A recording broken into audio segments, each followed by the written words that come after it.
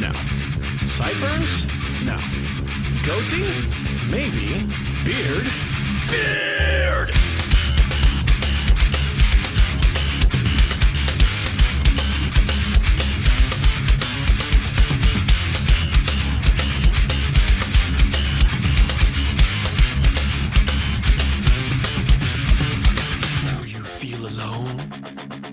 Feel neglected?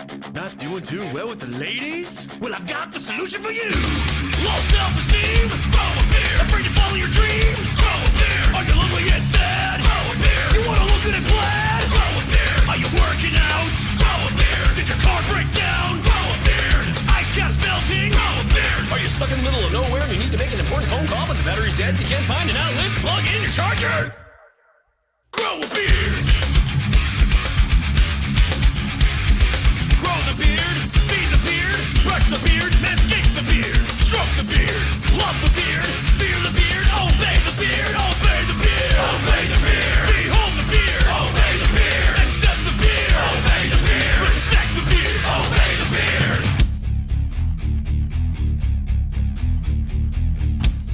Oh my God. Becky, look at his beard. It's just so beard.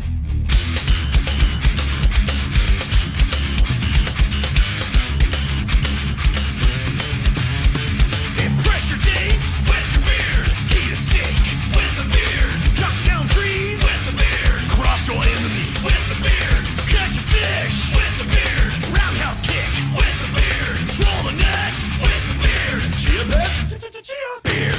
Drive a truck with the beard. Try your luck with the beard. Arm wrestle with the beard. Teenage Mutant Ninja beard. Pet the doggy with the beard. I pledge allegiance to the beard. Can't grow a beard, then buy a beard. Do you have a beard? Then grow more beard. You need to shave this thing. Shut up, Grandma! Grow a beard! Up in the beard, drink to the beard, cause beards are good and scruff! Obey the beard! Behold the beard! Obey the beard! Accept the beard! Obey the beard! Respect the beard! Obey the beard!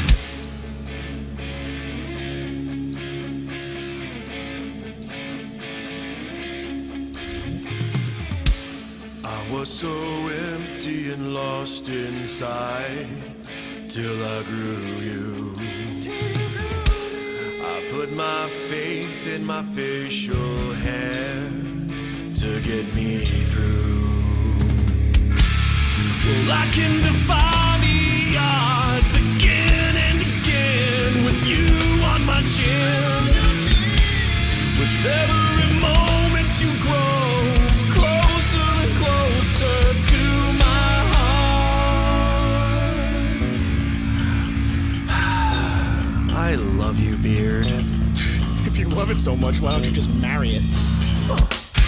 Do you take this beard to be your lawfully wedded beard? For bearded or for worse, in scruffiness and in beard, till shave do you part? I beard. Abe Lincoln had a beard. ZZ Top, epic beard. Dimebag Darrell, nettle beard. Chuck Norris, kick-ass beard. I'm the one making beard. Chewbacca is a beard. Santa Claus, Jesus Christ, God has a beard. Obey the beard! Obey the beard! Obey the beard! Obey the beard!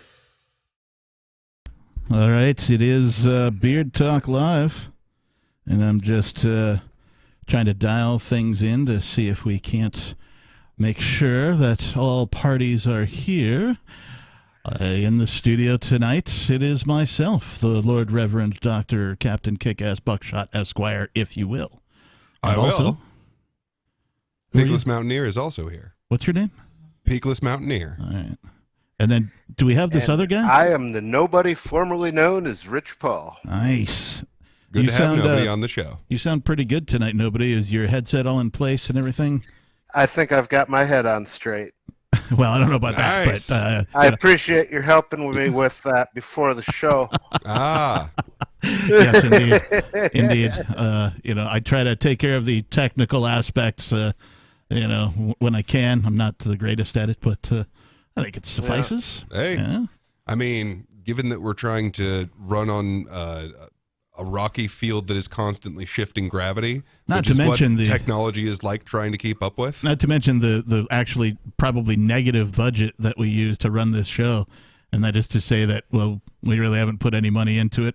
Outside of the logo, for example, and some online promo. We've put some effort into it, of course, to do the show. But the time and place for us to do this is also being donated. So we are definitely a nonprofit organization. Amen.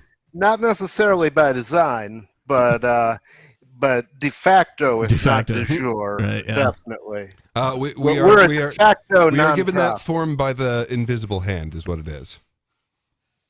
We've been what? Yes. We are given that form by the invisible hand of the market. I'm going to turn my volume up so I don't keep saying, what? I am a deaf musician, if you all didn't know that. We just need to keep doing it because, you know. Well, that being said, nobody, we are officially adults today. Dun, dun, dun, yeah. At Beard Talk Live, we are. The show is 18 episodes, not years. We haven't been doing it that long, but 18 episodes. And on behalf of that, I would like to say that we can no longer accept welfare in the way that word has become twisted. When did last time we had this show, I said, well, you know, if you're pouring it into Bitcoin, it's fine to let them steal for you. And I'm rescinding that because it does fall under the ends justify the means, and that can't be how You're issuing a correction? Do you know anybody where the government has given more to them than it's taken from them? Because it's not only taken my money, it's taken my freedom. We absolutely have to get all that shit back, and we have to cheat like mad to do it. Fortunately, we have alien technology called I like to call it a time chain. It's a much more accurate form of, like, the whole point is it only goes forward. Well, what's in our language that only goes forward but records and, like, is permanently set? Well, that would be time. Yeah. So this is the digital version of that. Time no. So entropy is time one half is of more it. or less one over empathy. Well, so there's entropy, but there's also a counter-entropic force that unfolds or evolves, if you will, at the same time. So both entropy and counter-entropy in the same way, like, so magnets push away from each other. And the reason my butt doesn't go through the floor is because it's magnets pushing away. Butt? Yes. Yeah, we all have magnetic butts. Monopole magnets, that's how atoms work. You must eat more iron in your diet than I do because, you know, I've wrapped my ass in coils of electrical wire several times and I cannot magnetize it. So electrons being on the outside of atoms is why things hold each other up. Sure. That's true, Or but that's down, not for that magnetic force. That's known as the strong nuclear force. It's not. If you had the opposite charge on a bunch of it, then it would not hold itself up. Like if you suddenly had this atom where the protons are on the outside, that is not going to hold your butt up. That cannot be your couch. Where the proton is on the outside. Yeah, that The wouldn't hold your ass up. The proton then orbiting the electron. Yeah, that doesn't happen. Right. The proton has much magnet. greater mass, so for the proton to orbit the electron would be like the tail wagging the dog. The proton weighs thousands of times what the electron weighs. Okay. So if you use antimatter, then, so that way you don't have to worry about the weight. Well, then it doesn't matter. Ha! Why can't you use Uncle Matter? Oh, the silence is deafening. It should be Uncle Matter. You know, I'm gonna find a way to make cricket sounds. I was just thinking that whenever I build my orbit, near Earth orbit, free market bar that just orbits the Earth, it's going to be, maybe in a similar shape to the Death Star, but without the death part and without the weapons, right? It's just going to be a place where you can have drinks and party, kind of a thing. Nice. A creature cantina, if you will. But it's going to orbit the Earth, and I'm going to call it the Broton. Nice. Nobody gets a late laugh in there. Yeah. I'm on fire here, so Yeah. Well, having a beard does make you more susceptible to being on fire than if you didn't. I got you both in stereo, man. Yeah. Sorry. Yeah. In stereo, we're available. There are some callers waiting. So before we get to them, though, let's get it out of the way, shall we? The 7 words, nobody? A 1, a 2, a 3. Shit, piss, fuck, cunt, cocksucker, motherfucker, and tits. Tits, sorry. I got it wrong, man. Yeah, whatever. Tits is a good word. I like. Oh, and so as soon as I say that, the callers go away. You fuckers. All right. Well, 6032. I'm calling. Maybe they were fuckers. just calling to remind us to do that because you know they might be very upset if we forgot. They're like, oh shit, we better call and remind them. Yeah. Well, 603-283-6160. That's 603-283-6160. It is censorship free on tonight's show here on Beard Talk Live. So, cussing, I'm not even going to screen you. So just, call and I'll be like, well, you'll hear when another caller comes in. If you're an asshole, we will hang up on you, though, because we don't have any fucks to give. It's a fact. Yeah. No FCCs to give. Nah. Indeed. Nah. It's, I raised the field where I grew my fucks, and now I have none to give. All right, let's give this a shot, guys. Beard Talk Live. Who the fuck is this? This is Philip. Hey, Philip. Where are you calling from? I'm calling from California. Nice. Sounds like you're hopefully getting out of a car, not into one. Oh, I'm getting into a car, actually. Okay. Are you going to be hands-free? Yeah, I'm going to be hands-free. All I'm right. driving. We're just concerned for your safety, Phil. That's all. Want to make sure nothing happens. Understood. Nothing happens to your beard. Yeah. Well, I do not have a beard. Okay. Well, yours is imaginary, and as long as you're driving, I don't want anything to happen to your imagination. Well, when did you shave last? I mean, you're old enough to shave, right? I am. I'm a. How long has it been? Was it within the last hour?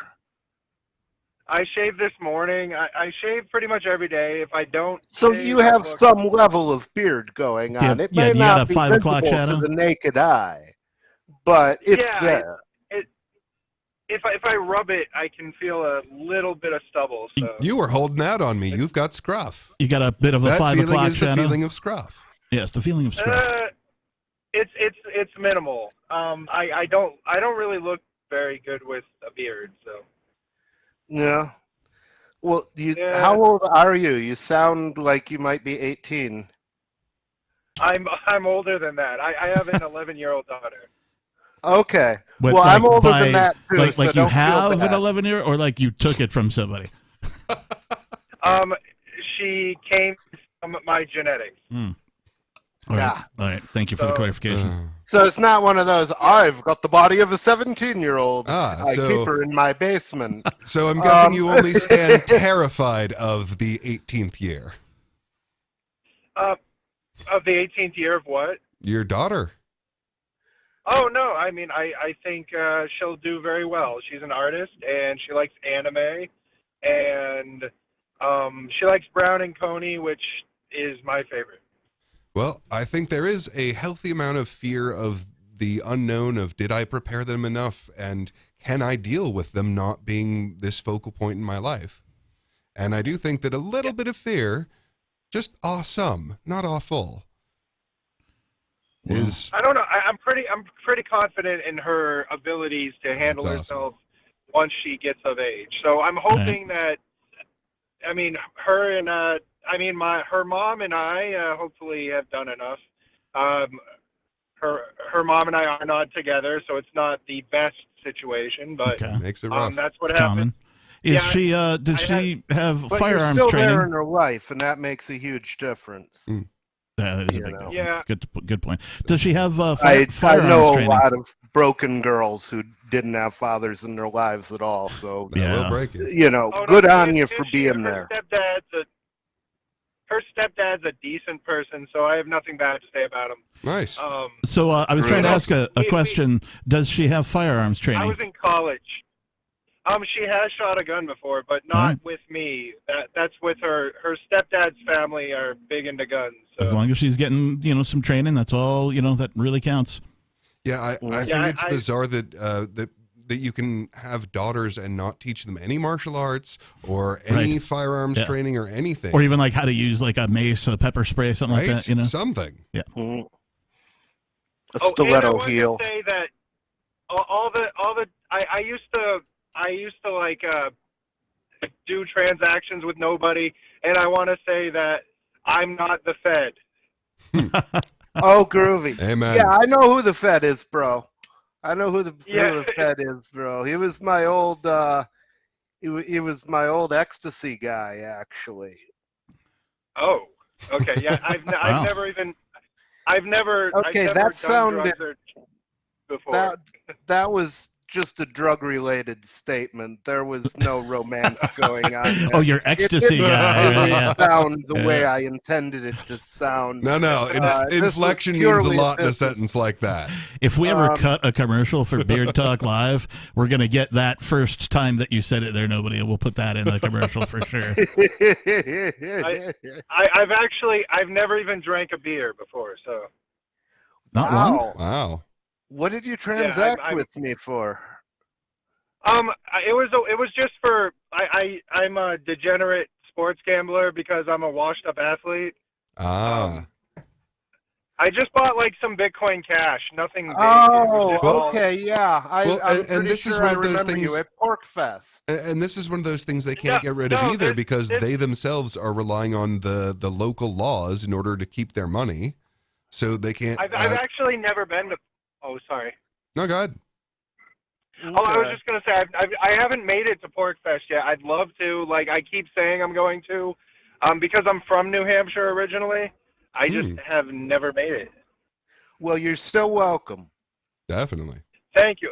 I will make it. I'm planning on coming this year. Right on. I've made arrangements. I even volunteered one year, and then I had some stuff going on back here, so I had to come back to California, and hopefully I'll be able to make it this year, and everything will be swell. Betcha. Definitely hope so. All right. Hey, Phil. Phil. Well, hold on. I don't think we can let him go without reciting the Carlin. I don't think we need to make every caller recite the Carlin. Yeah, we don't. I think that's I think we cover it. We cover it in the beginning of the show. It's okay.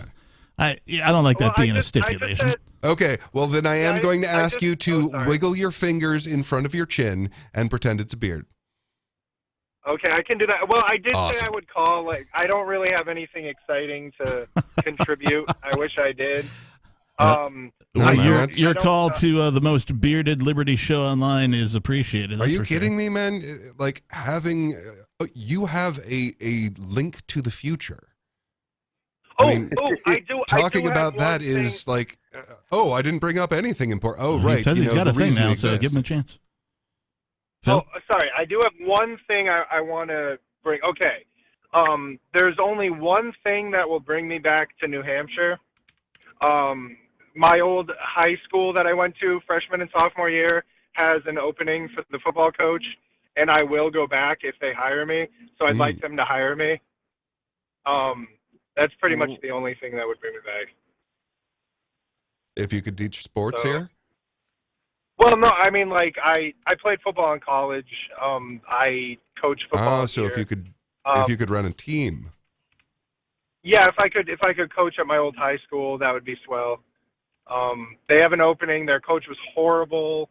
Football in New Hampshire is terrible. I know none of you really care about football, but it's kind of... Well, let me ask you, if there was a league that was outside the public school system, how would you feel about that? Well, I coached at Trinity 1 year when my mom was sick. I don't know if that counts. It's a private school. So it's in Manchester. I don't know if you guys know Trinity High School. Vaguely. I've driven past it. Yeah, I mean, we had some good kids. A lot of the kids they're not all, rich kids. A lot of them are there because, they have family. They came from somewhere else. They had some family issues. They were on scholarship. They do a lot more good than you'd think for being the Catholic Church. Yeah. So, yay. Well, Right, I only I have don't one got- issue with the Catholic Church, which is nasty habit they've touching got. kids? They suffer from the covering same up thing that for it. happens whenever you get power. And the Catholic Church has a tremendous amount of power over people's beliefs. And power corrupts. That's its nature. That's why we have to spread it as thinly as possible. That's why we have to make everyone as responsible as we can. Oh, 100%. And I'm here in California. Well, I live between here and Hawaii, so both places are pretty bad. With That sounds very wet. Between California and Hawaii? Yeah. That's I'm a very back wet and forth. area. Wet area? It's a very wet area. It's nearly all ocean, isn't it? Not where I'm near Sacramento in Roseville. Like, it's a little better up here. Okay, so you're in California. You're not between California and Hawaii. No. Okay. Okay. Because there's slow really on that. not much land between California and Hawaii. It would be a bad place to be. You'd have a hard time keeping your feet dry. It's the flight from here to Hawaii is just as bad as flying to Boston. So yeah, it's a horrible flight. But I do it a lot. Next time I'm home, I'm hoping to, get to some kind of event that you wild people do over there, and where the wild things are. Yeah, live free or die. I played poker at the clubhouse in Dover. I don't know. Killer. So I want to I'd like to do all the fun libertarian activities in New Hampshire. I just. Give us a heads up when you're gonna, if when yeah, man. And we'll come hang out, or you come hang out with us, or whatever. We'll be at Porkfest and Forkfest, of course. So if you make it out to either of those. Yeah, for sure. I'm gonna try to make it out this year. Well, I just wanted to call in because I said I'd call. I said that on someone's Facebook page. I don't really use Facebook, but I don't know if you have any clue who I am, but I've done business with nobody. He's a good guy. Always did everything that he was supposed to. Everything was mutual, and everyone was happy. And voluntary and on the up and up, and yeah, I know. Groovy. Yeah, and what happened was a travesty. This whole court case is absolute nonsense. Oh yeah. And but once the government gets its claws into you, they'll do. There's really no justice in it. It's just it's a good thing you're allowed to lie to psychopaths morally, because nobody had to lie to these psychopaths to get them to release him from prison. Claiming guilt of an action, you know better, but you have to. That's they put you in a no-win situation. Yeah, especially with all the people who've been imprisoned, who they. Let's say someone doesn't have the resources that someone like Ian has. Mm-hmm. You can be 100% innocent, and you have no way to defend yourself. Yeah, you just simply can't afford. Yeah, you're absolutely right. You simply cannot afford to defend yourself, to prove yourself innocent, which is the opposite of what they tell you it's supposed to work like. They tell you everybody's supposed to be innocent until proven guilty, but they treat you the other way. Right, they put you in a cage. With Ian, they gave him the ankle monitor. Right, they were treating him as if he was guilty until he proves himself innocent from day one. Yeah. Yep, 100%. And it's even worse, like I said, for people who don't have anything. There's people, and then they got to take a plea, and the state writes it off as, oh, look, we're big on crime. It's a win for us. We got them to plead guilty to something they didn't do, and and then on top of that, they make you betray yourself. Say what you know in your heart ain't true. That's how they know they got you by the balls. If you got kids, they'll go after your kids, and even you could be 100% innocent, and they're going to be like, well, you know, you don't want to not be there for your kids. We're going to give you all these charges. Plead to this little one, and then we'll give you probation or something. And then they make money on the probation. It just never ends. Yeah, and they are all in bed with each other too. They're, you know, all of the attorneys know each other, whether it's the defense attorney or the prosecution. Those guys all know each other. They all go to the same, like, you know, attorney events that happen, right? You know, the trade events, the business events, that kind of a thing. You know, they bump into each other all the time when doing cases. So, you know, at the very least, they're better than casual acquaintances with each other. Yeah, and I mean, like, I appreciate you guys. I like the show. I just wanted to call just to support. And if that drunk guy calls, like, he's on hold right now. Oh my God! Just don't drag it out. It's unlistenable when that guy's on. It's just absolutely awful. And then there was another lady who called, this dingbat who called. I forget. It might have been like a couple weeks ago. There's a lady that called Beard Talk Live? Oh, it was. There's been a couple of them, I guess. There was one on like the second show for the whole show. Right. Yeah. Yeah, nobody said she sounded hot. I thought she sounded like some middle-aged, like, dumpy looking Midge. She got like a scrubby voice. Hey, everybody, how you doing? Okay. She smokes 16 packs of cigarettes a day. So do I. All right. I'm pulling up the target. So Phil, can I do my SpongeBob on the way out? Go for it, man. Okay, thank you, everybody. All right, bye. That was Phil from Christ knows where. Dun, dun, dun, dun, dun. I don't actually. Somewhere between Hawaii and California. Yeah, I don't think I ever asked him where the fuck he was calling from. He did say he at least lived in New Hampshire at some point in his life. Mm-hmm. So yeah, he was in California. He said a couple of times. All right. We're gonna go. There are two callers on hold, so we're gonna go to this other one. Beard Talk Live. Who the fuck is this? Hey, it's Aaron from Tennessee. How's it going? Aaron from Tennessee. What's up, man? What? And what? And Cleo. And Cleo. Oh, all right. Are you guys willing to cuss?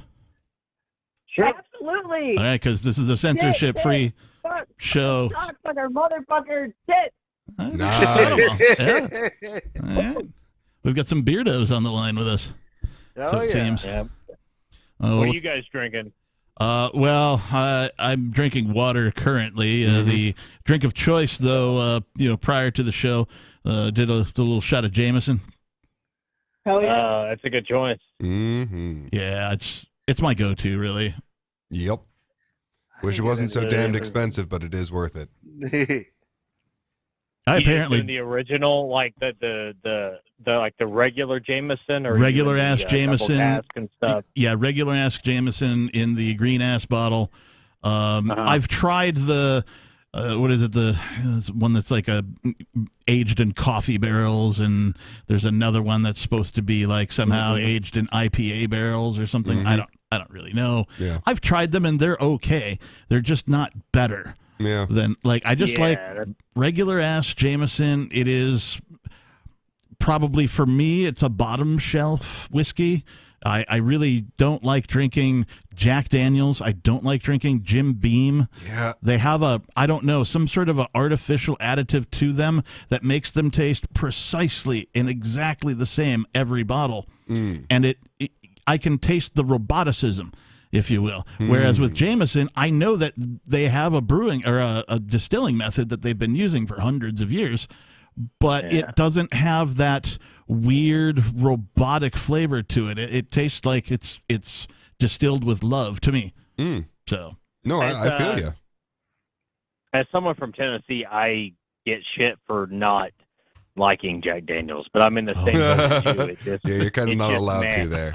Like it's meh, right? Like it's nothing special to me. Yeah. But it's it's like a worldwide brand, so it is. Everybody loves it, except if you're from probably. Right, like if you grew up outside of the United States and you decide to go on like a vacation to the United States, when you go to the bar, you're like, oh, let's have some American whiskey, like Jack Daniels, for example, right? Yeah.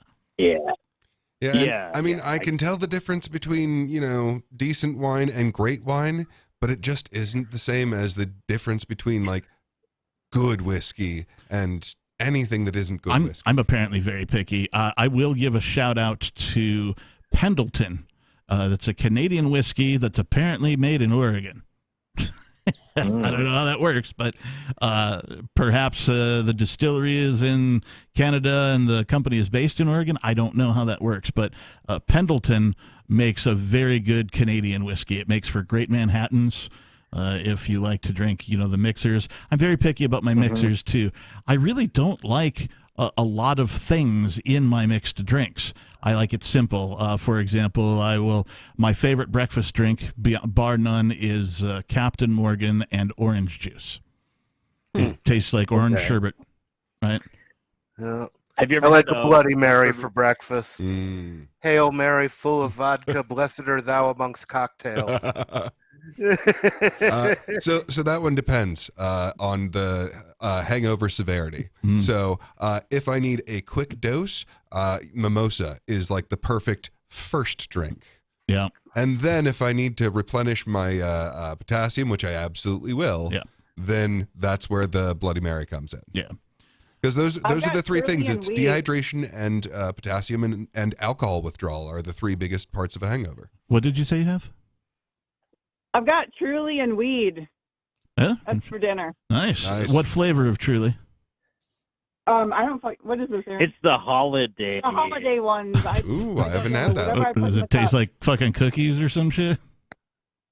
It kind of tastes like fruity shit, like Like- sangria. Okay. Yeah, there's like a holiday sangria and a cranberry orange and yeah. You got to drink like 10 of them, but they'll fuck you up. Well, I mean that's the Yes, I'm important familiar. part. Right? Like, don't get me wrong, I'm not such a picky drinker that like if there's nothing around and I need a drink, right? Like, yeah, I'm gonna find one, right? Or like if I show up to somebody's house, like, hey, come on over, we'll hang out. And if they have some sort of beer that I don't like, I'm probably gonna have one.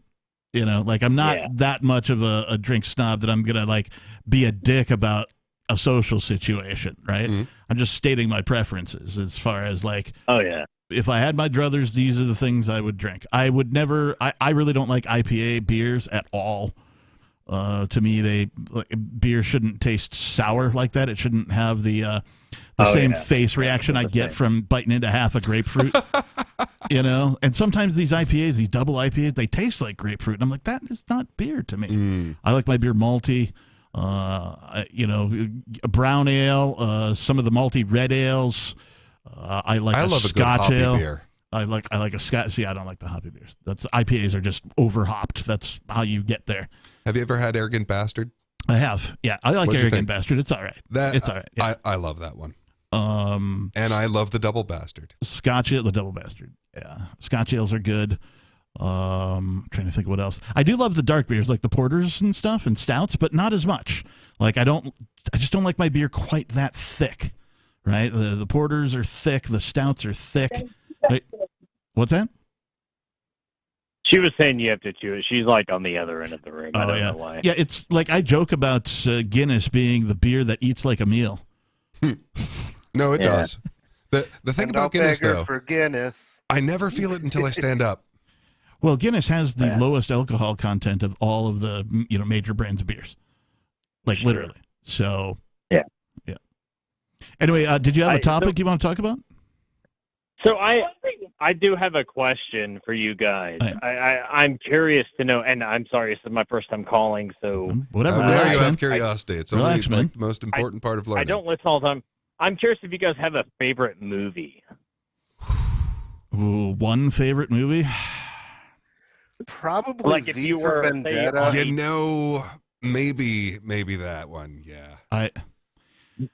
I mean, Matrix is always a pretty close contender. Serenity. I think. Wow. Like the Firefly? Are you? Yeah. The movie. I was yeah. huge nut for that. It's beautiful. But you can't. I mean, really wish Fox hadn't fucked Joss Whedon on that. You can enjoy that movie without enjoying the series leading up to it. But I mean, to me, you kind of. I feel like. Yeah. I feel like there should be like a reboot for Firefly at some point. Like I that don't- was a really underrated. I think somebody should just show. Hire some real writers and write some new science fucking fiction. I would like to see a spin-off. So like the same universe. So you've got like human beings exploring, like Is Ron Glass still alive? Ron Glass? No, Ron Glass died. Did he? Dang. I was going to say he has to be in it. If you're doing a spin-off, he has to be in it in some way, shape, or form. Yeah.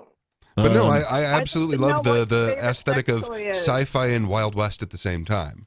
Come on, that's Yeah, perfect because really like right now we're going through this massive technological evolution, but it is also opening up. Like there's every couple of years there's this new Wild West that opens up, right? Like the internet was the Wild West, yeah. and it sure ain't no more. I want to answer your question, and the question was, do you have a favorite movie? And I don't know that I do. I could only come up with like my top 5. So I want to answer it slightly differently with something that I do know, and that is I do have a favorite television show. Bar none, my favorite television show of all time is Black Mirror. Okay. Love that show, front to back, man. I hated the first one. I hate the front. Oh, the first one's the one that like just like knocks you on your ass. It's like, this show's different, bitch. Yeah. Like, really. But what about my question? What was your question? Favorite What's your movie? favorite sex toy? My favorite sex toy. Yes. Very important. Rachel. Definitely Rachel. I was going to say a female human. Female human is my favorite sex toy. Oh, I never toy with sex. Second favorite. A female robot? I don't know.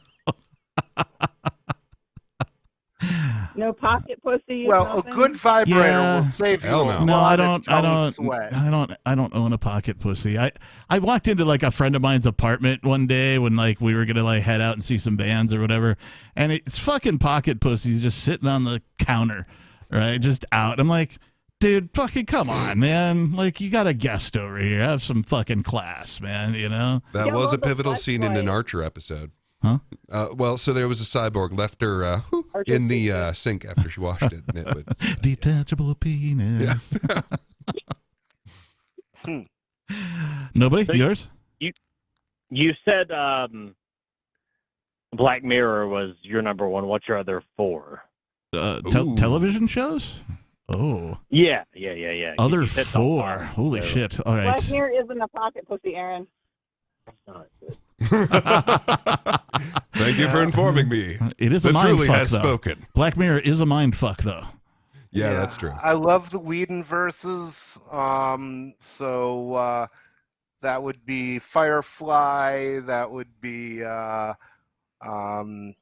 Buffy the Vampire Slayer. I thought that was a hoot.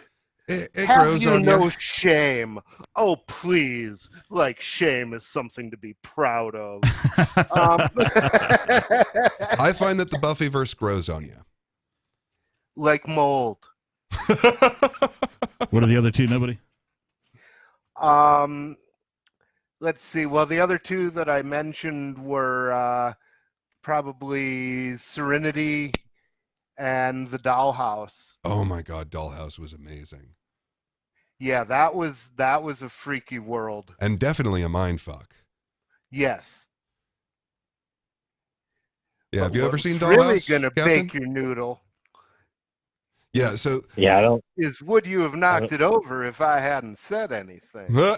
yeah, and that brings us back to like favorite movie. Like Matrix is always a major contender on that one. Oh yeah. Oh yeah. Well, The Matrix lost some luster in view of the sequels. yeah, and one. So what about your favorite porno movie? Well, hang on. We're not done finishing the television shows yet. So, if Black Mirror is my favorite television show of all time, the following 4, these are maybe not in this order, but the other 4 would be Firefly, Max Headroom, Battlestar Galactica Reboot, the 2009, I believe, is when that came out, and ran for, 7 seasons and had a spin-off and some internet content as well. and then Star Trek, the original series. Okay. I think I liked Star Trek: The Next Generation better. Yeah, that one's a tough call, honestly. Yeah, I think I do too, but also like, I just had to go with the old school, right? The OG Star Trek. I would have said the same, like Star Wars. What do they call it? Episode 6, right? The first movie that came out would be in my top episode 5. 4. Episode 4. Thank you. Yeah, you had your V and your I. VII. The first one to come out was A New Hope. Right, that's exactly. the one. Yeah. Episode IV. IV, right? Yeah. That is, which is 4 for those of us who speak Roman numerals. There's a Dr. Demento bit in there that I was thinking of where like a guy was trying to convert from imperial numbering to learn Roman, and he was trying to guess. He was like 1, 2, 5, 6, VII 7, right? He had to be coaxed into, anyway. Yeah. So my favorite TV show is Broken. So Doctor Who is currently broken. It is Doctor Who presently beyond repair. At some point, the copyright laws are just going to have to loosen up, either de juris or de facto, and have some actually good stories about a Time Lord. But right now, it's fucked. I'd have to bump Max Headroom from my top 4 or 5 in favor of Doctor Who. It's just the longest running science fiction series on television of all time, and by a large margin. I've never watched any Doctor Who. Where have. It's amazing. Where should I start? Oh, I started on the beginning of the new series. Yeah. And I fell in love with it that way. But pretty much anywhere in the new series up until like mid Capaldi. David Tennant. Oh, he is the doctorest doctor that ever. I think my favorite out of the new since the reboot. Also, was that 2009? 2008 maybe. If only there was a device. Anyway, I gotta add Rick and Morty. Yeah, never. Honorable mention that, for I've sure. heard a lot of good things about that. So. Yeah. For me, concerning Doctor Who, the Capaldi, I think, knocked it out of the fucking park after a couple of well done by like a young skinny kid, right? That's both Matt Tennant and David Tennant and Matt. The hell's his fucking last name? Smith. Thank you. Matt Smith. Yeah. They both did a bang up job. They both had their own character, but they were too similar for me for being back to back doctors. Right? There wasn't enough difference, and so then. Now, is it still a female? Well, she's done after the Christmas special, I believe. So there's apparently a Christmas special coming out, and then it's on to the next one. And I haven't heard or haven't bothered to look at who the next one's going to be because I was pretty disappointed with the female doctor. Not necessarily because she's female, just because they picked. They're the not wrong going to actor. do it right. I mean, look at what's controlling their narrative. Well, they had a shot at a fantastic actress, and her name is Michelle Gomez. They had a shot at bringing her in as a doctor, but instead they brought her in during Capaldi's run as Missy, which was the female version of the Master. And I'm like, as soon as I saw her as the female version of the Master, I was like, they fucked up. They should have made her the female doctor. She would have knocked it out of the fucking park, man. You know what I mean? You're absolutely right. Yeah. Oh, that actually makes it hurt more, Captain. Thanks. Like, they knew how to do this well, but fuck you. Yeah.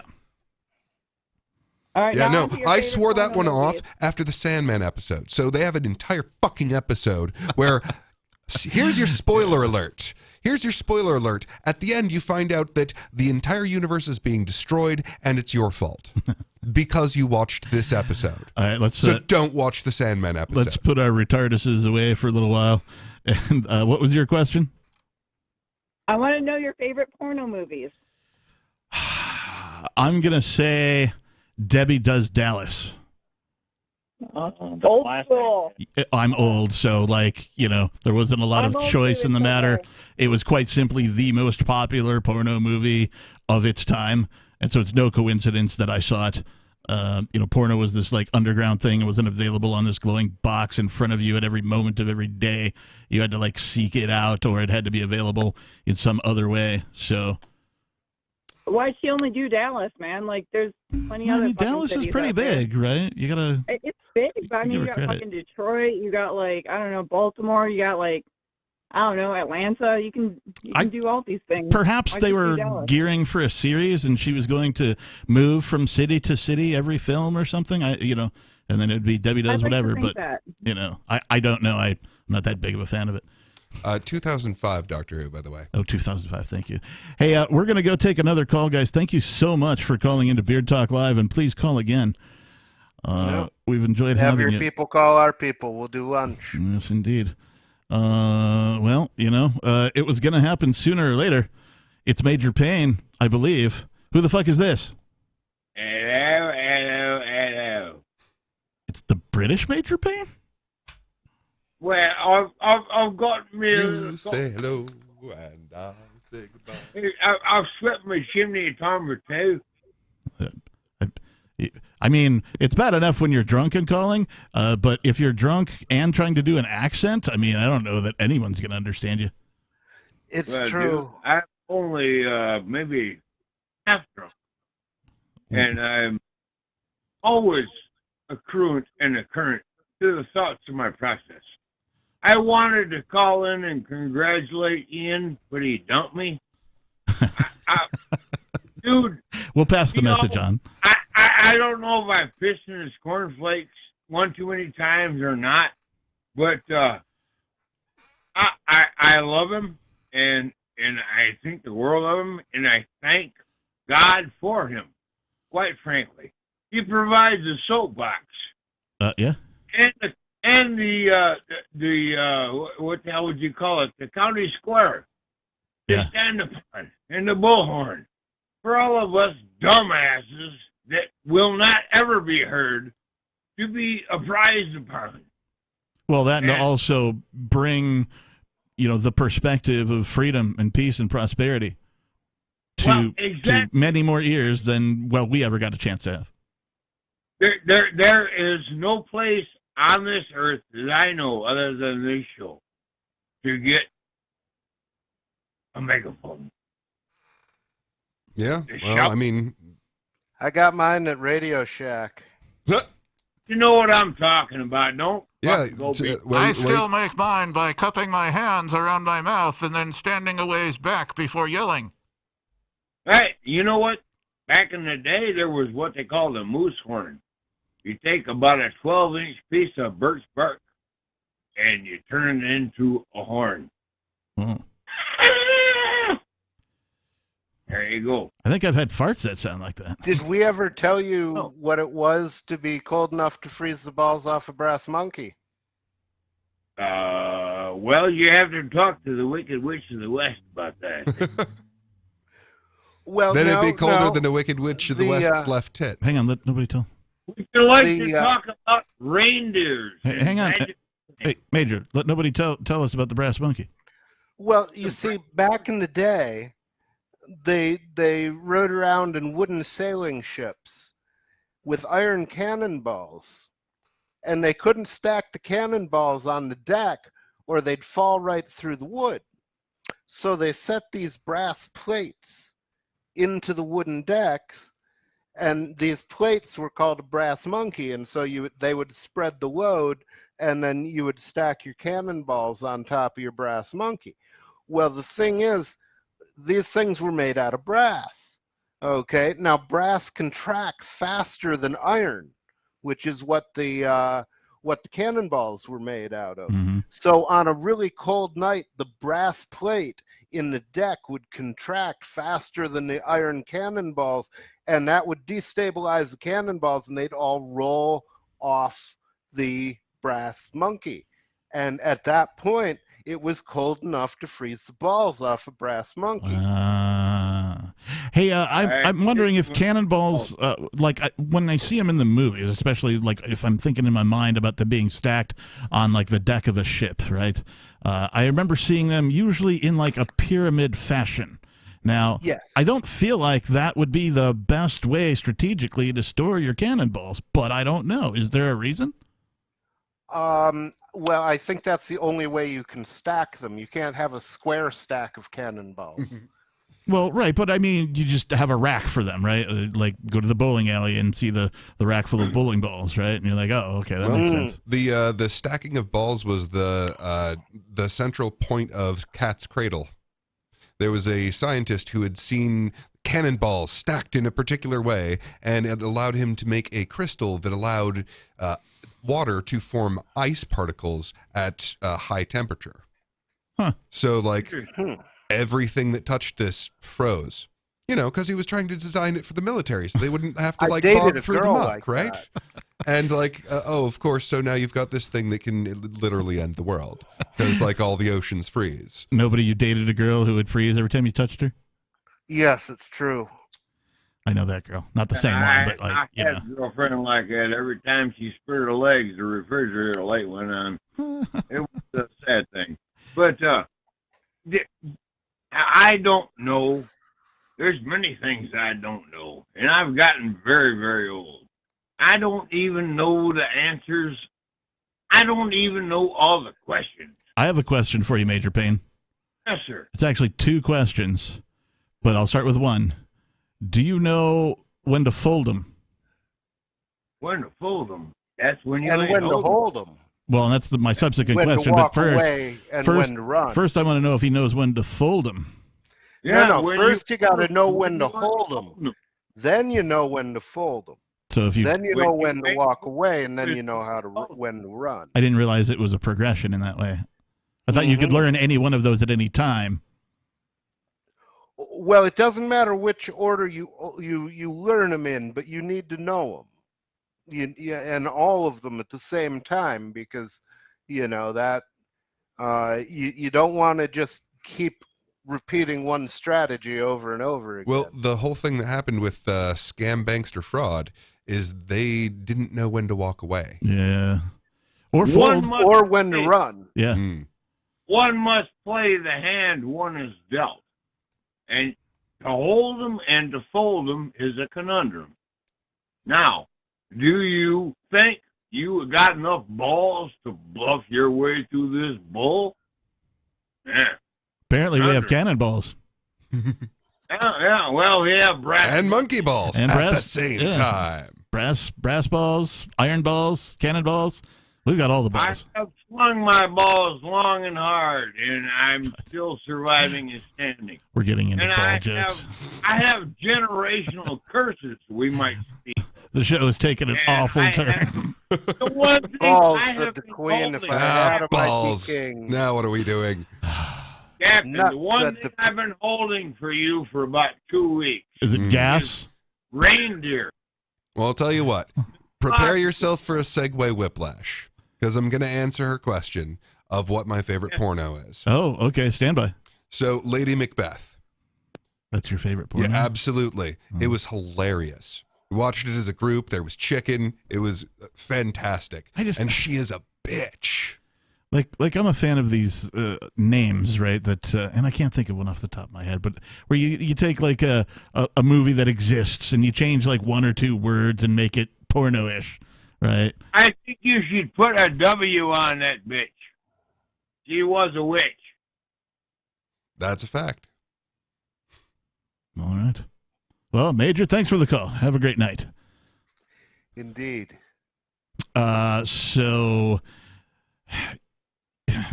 we were talking, something that I really wanted to talk to you about. I think we need a segue. So something that I really wanted to talk about with Sam Bankman-Fried, or sorry, a Freudian slip. So his place in the world was that of a drug dealer that has had the territory cleared out by the mob.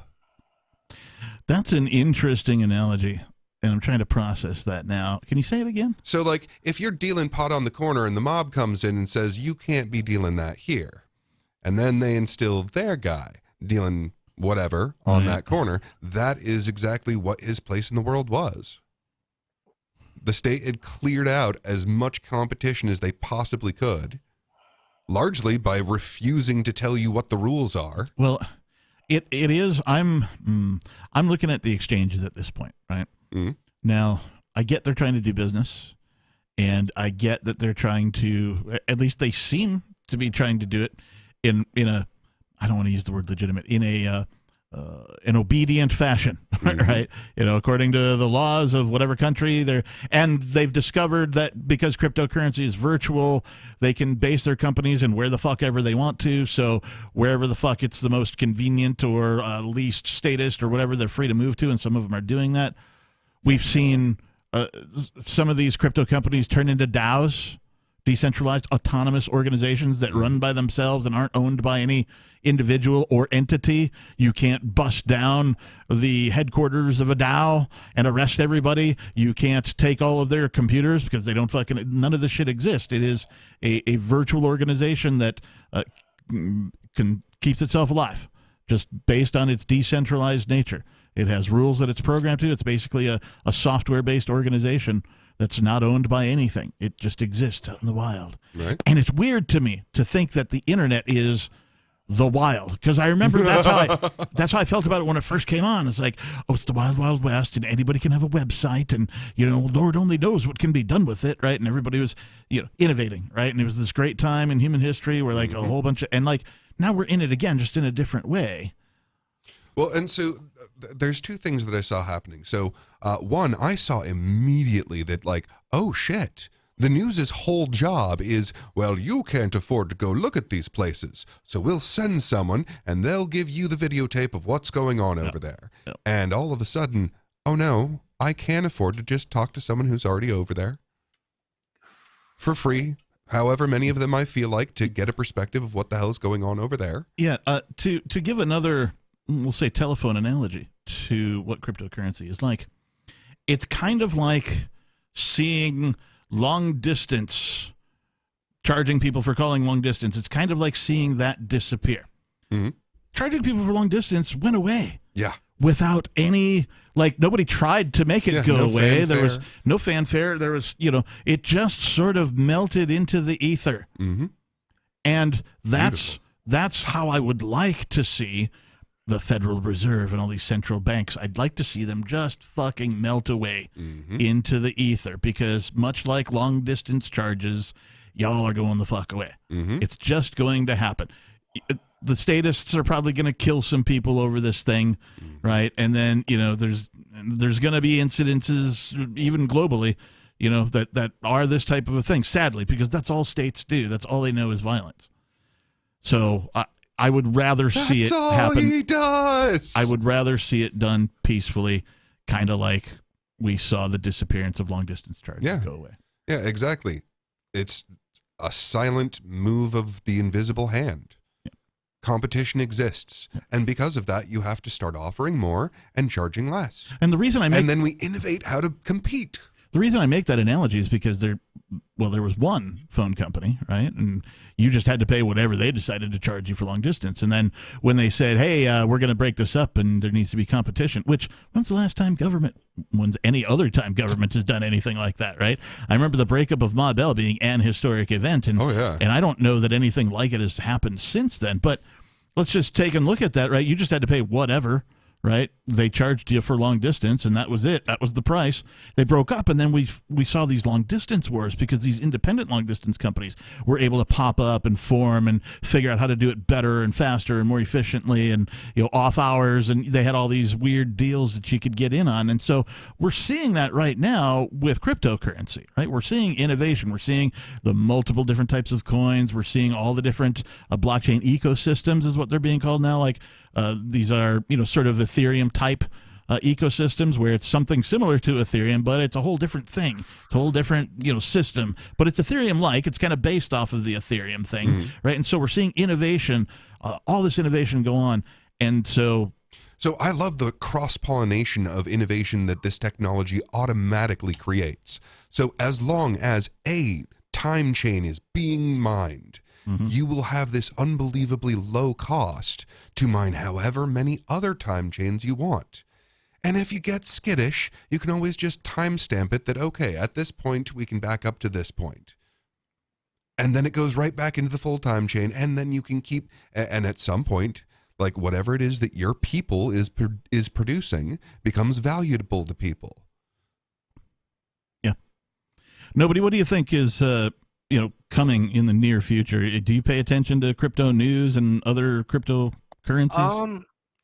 Yeah, it's what I think is going to be the next really important event is going to be the flippening, when all of a sudden BTC ceases to be the biggest kid on the block. When it's no longer Bitcoin proper running on altcoin or running all the altcoin servers, but it's running on their servers.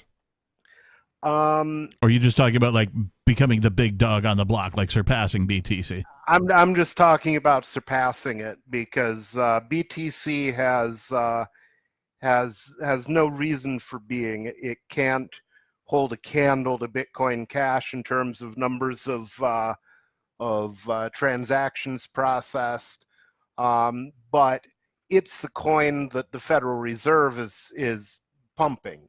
Well, so here's the thing, though. You have this cross-pollination that's going all through this system. So you can build things on top of other things. So you can use this as a backbone for this if you're skittish. And that's the thing. It's a matter. It's literally a what amount of risk do you want to go with? Because if you increase your risk, then you can still have full security, but you have a lower amount of energy being put toward that security. And that means that you have cheap transactions. And that's the trade-off. I look forward to just sort of BTC being decoupled, if you will, from the rest of the cryptocurrencies, right? Oh, I'm loving the fact that they have basically painted themselves into the corner where they can't really help but admit that, like, Bitcoin, because of the unique nature of its inception, cannot be compared to a company. Right. Like, there's no company there. Right. So everything that traces its lineage back to that inception point, like, it cannot be considered properly a security, but it must be a commodity. It's just this naturally occurring resource, as if we found a diamond mine. It's unobtainium. Look, right there. It's mathematics providing us with a human solution. Yeah, exactly. That's really all that it is. It's just mathematics. People are, what's it backed by? It's backed by math. Yeah. And it's providing a human solution to exchange, and basically, value. You hooked math into energy and economics. Yeah. So now that's kind of one thing. What I mean by decoupled, though, what I'm looking forward to is just right now, Bitcoin goes up, all the other coins go up. Bitcoin goes down, all the other coins go down. Generally speaking, right? You'll see little mini spikes here and there from something, and of course, something or stable another. coins, if they're worth their salt, stay stable. Correct. But what I'm talking about is, like, Bitcoin goes down and everything else goes up, for example, or something like nobody's talking about where, like, one other coin, perhaps even BCH, sort of begins to outcompete BTC and sort of takes over as the top dog. I think it'll be a long time before that happens. I do too, but I would like to just see movement in that direction. Now, I think would mean a lot to me. Now, what's beautiful, though, is that during the middle time, we are going to see ideas go back and forth between side chains and layer whatever solutions, right? So there's going to be layer solutions that try this thing, and that's going to teach the altcoins that. And then the altcoins are doing all sorts of experiments that get built into the different layers of the of blockchain technologies. Yeah. Here's the thing, like, you came close to nailing it on the head, and I don't know if I could put it any better, but these coins, all of these cryptocurrencies have the ability to instantaneously pick up code that works in their ecosystem from other coins. So, like you're saying, I think you used the term learned from each other, or it is your, like, these cross-pollination. coins can absorb code from other like chains and integrate it into their code, and all of a sudden it's got the same features that the other ones do. And so it's going to be a lightning fast there's going to be a bit of time where, like, all of a sudden, well, I don't know what's going on. Everything's so fast right now. We got coins learning from each other. We got, like, the coins will begin exchanging with each other. Mm-hmm. You know what I mean? Because they can. Yeah. And that's what some of the best technologies like Thorchain and like all the things that are making it easy to have atomic swaps so that you don't have to go through. Swap. That's the phrase from earlier. You don't have to go through like some broker to introduce you to someone who wants to sell the coin that you want to buy. It'll just you can just do these atomic swaps. You just go, hey, I want this, and someone goes, yeah, that's a good price. I'll take it. Nobody, do you have any experience with atomic swaps? Not too much. Okay. I've fired up the wallet, but I haven't done any trading. Yeah, me neither. I just went and got the Thorchain wallet a couple hours ago, but I'm not anywhere where I can, back it up appropriately and that kind of stuff. So I'll look into that a little later. But I have so many things that I want to look into. I may forget about it. We don't know. Yeah, I think the forward motion of the different cryptocurrencies is just like when you gathered all of these artisans in Republic City and they learned how to make clear glass for the first time in human history.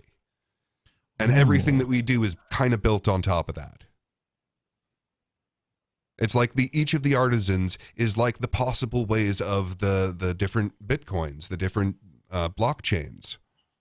The different cryptocurrencies. This is hilarious. I found a website.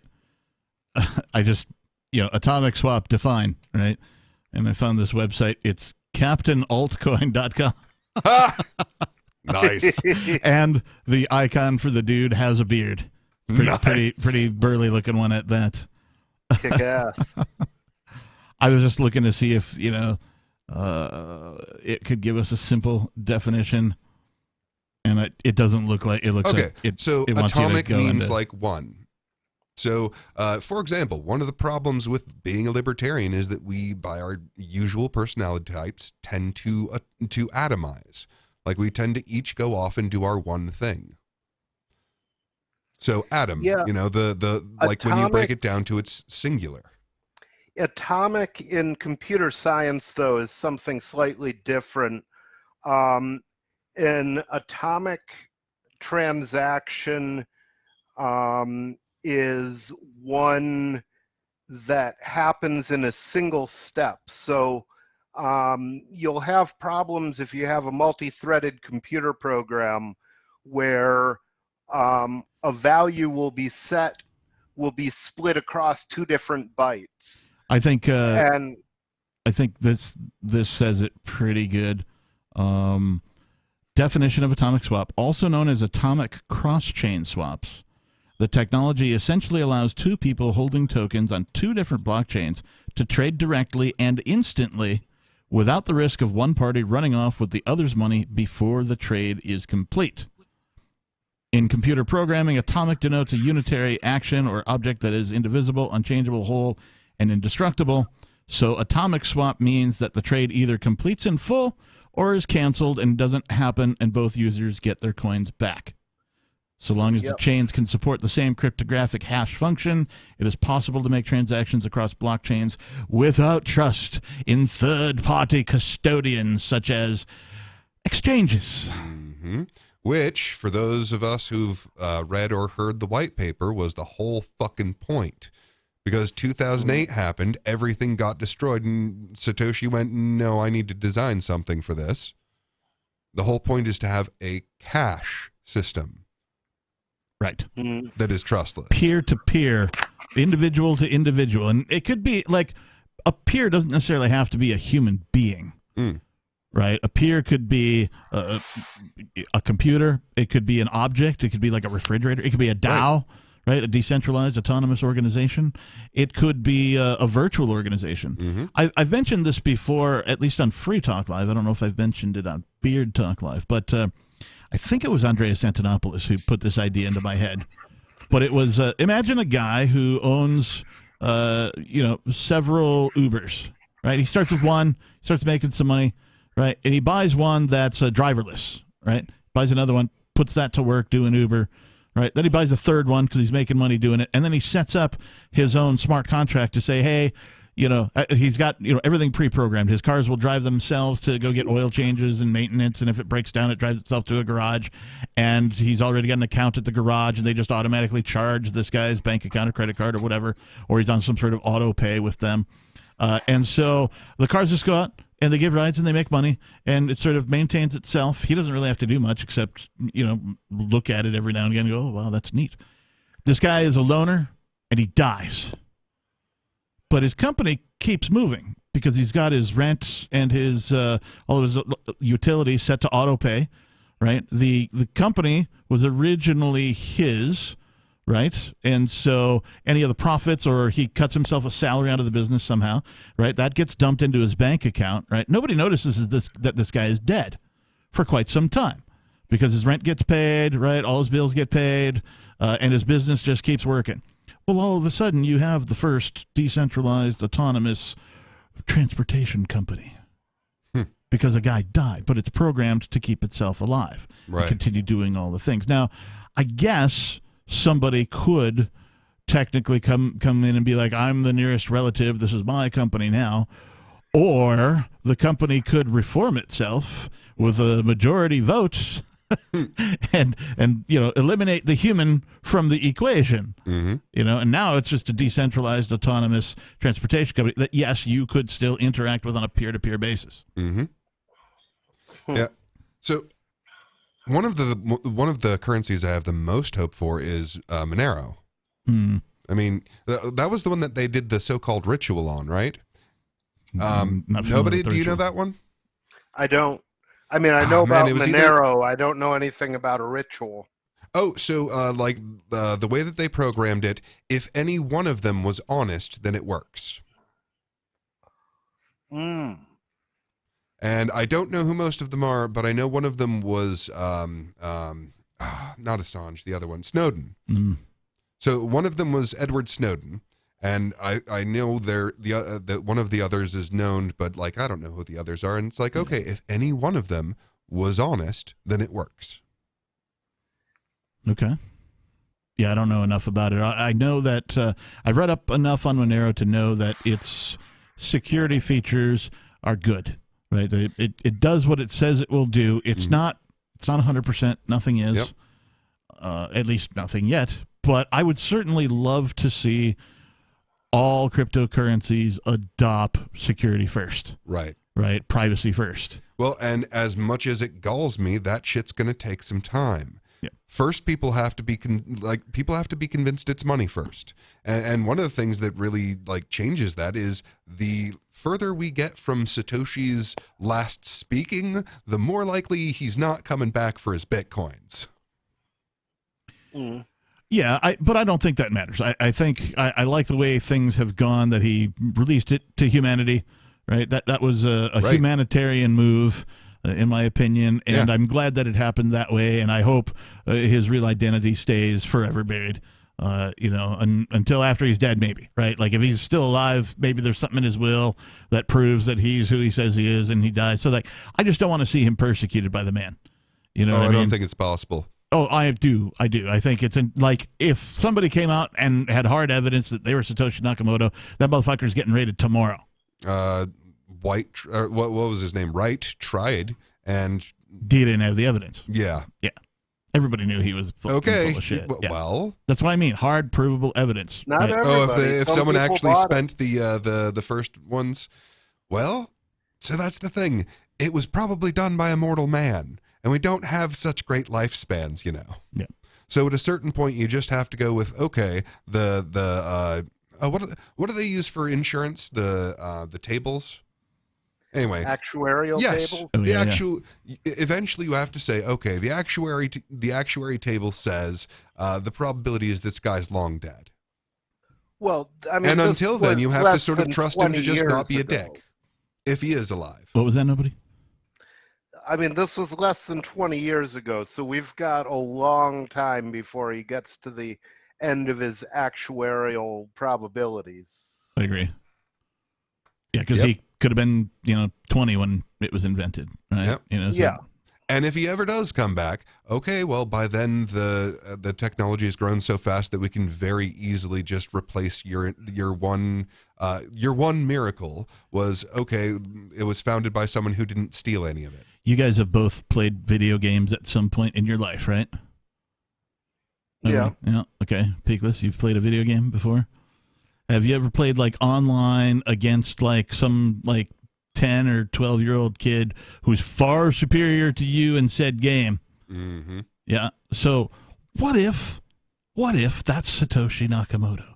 What if there's this like genius kid, right? This is just my imagination here, right? What if there's some genius mathematical kid out there, you know, who just had a gift for math and was like, oh, pfft, and like got online, pretended to be an adult, all that kind of thing, right? You know, well read, well written, right? You know, that kind of a thing. And like, you know, it's just some kid that released it, 8, 10, 12 years old, right? And like, yeah, the fact that the entire generation cryptocurrency the most.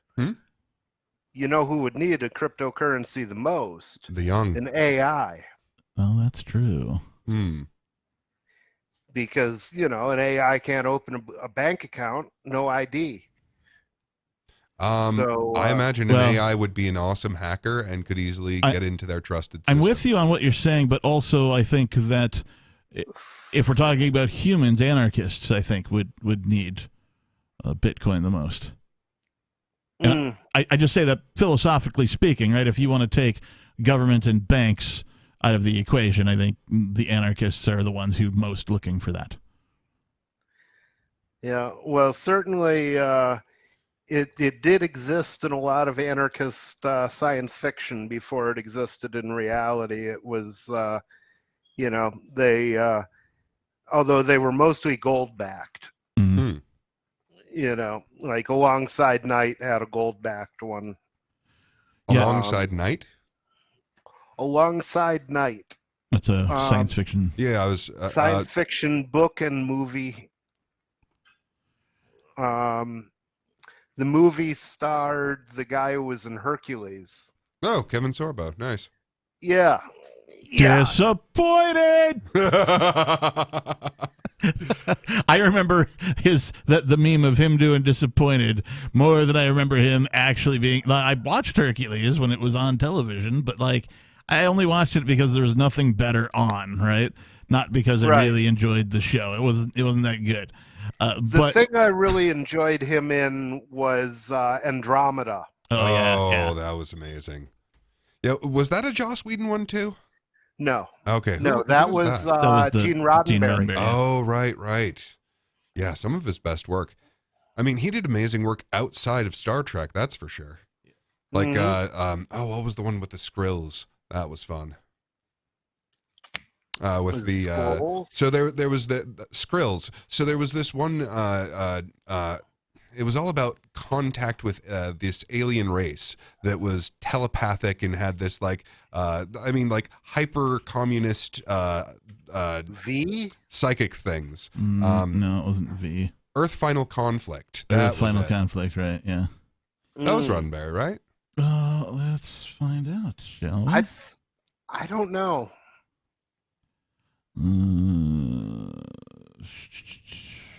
But yeah, Andromeda was pretty amazing. Yeah, okay. And it's weird, by the way, to like grow up in an age where I find out that Kevin Sorbo really is, in fact, muscular Mr. Rogers. Yeah, he's also a conservative. I follow him on Twitter. He's funny. Yeah, Earth Final Conflict does indeed appear to be a Gene Roddenberry presentation.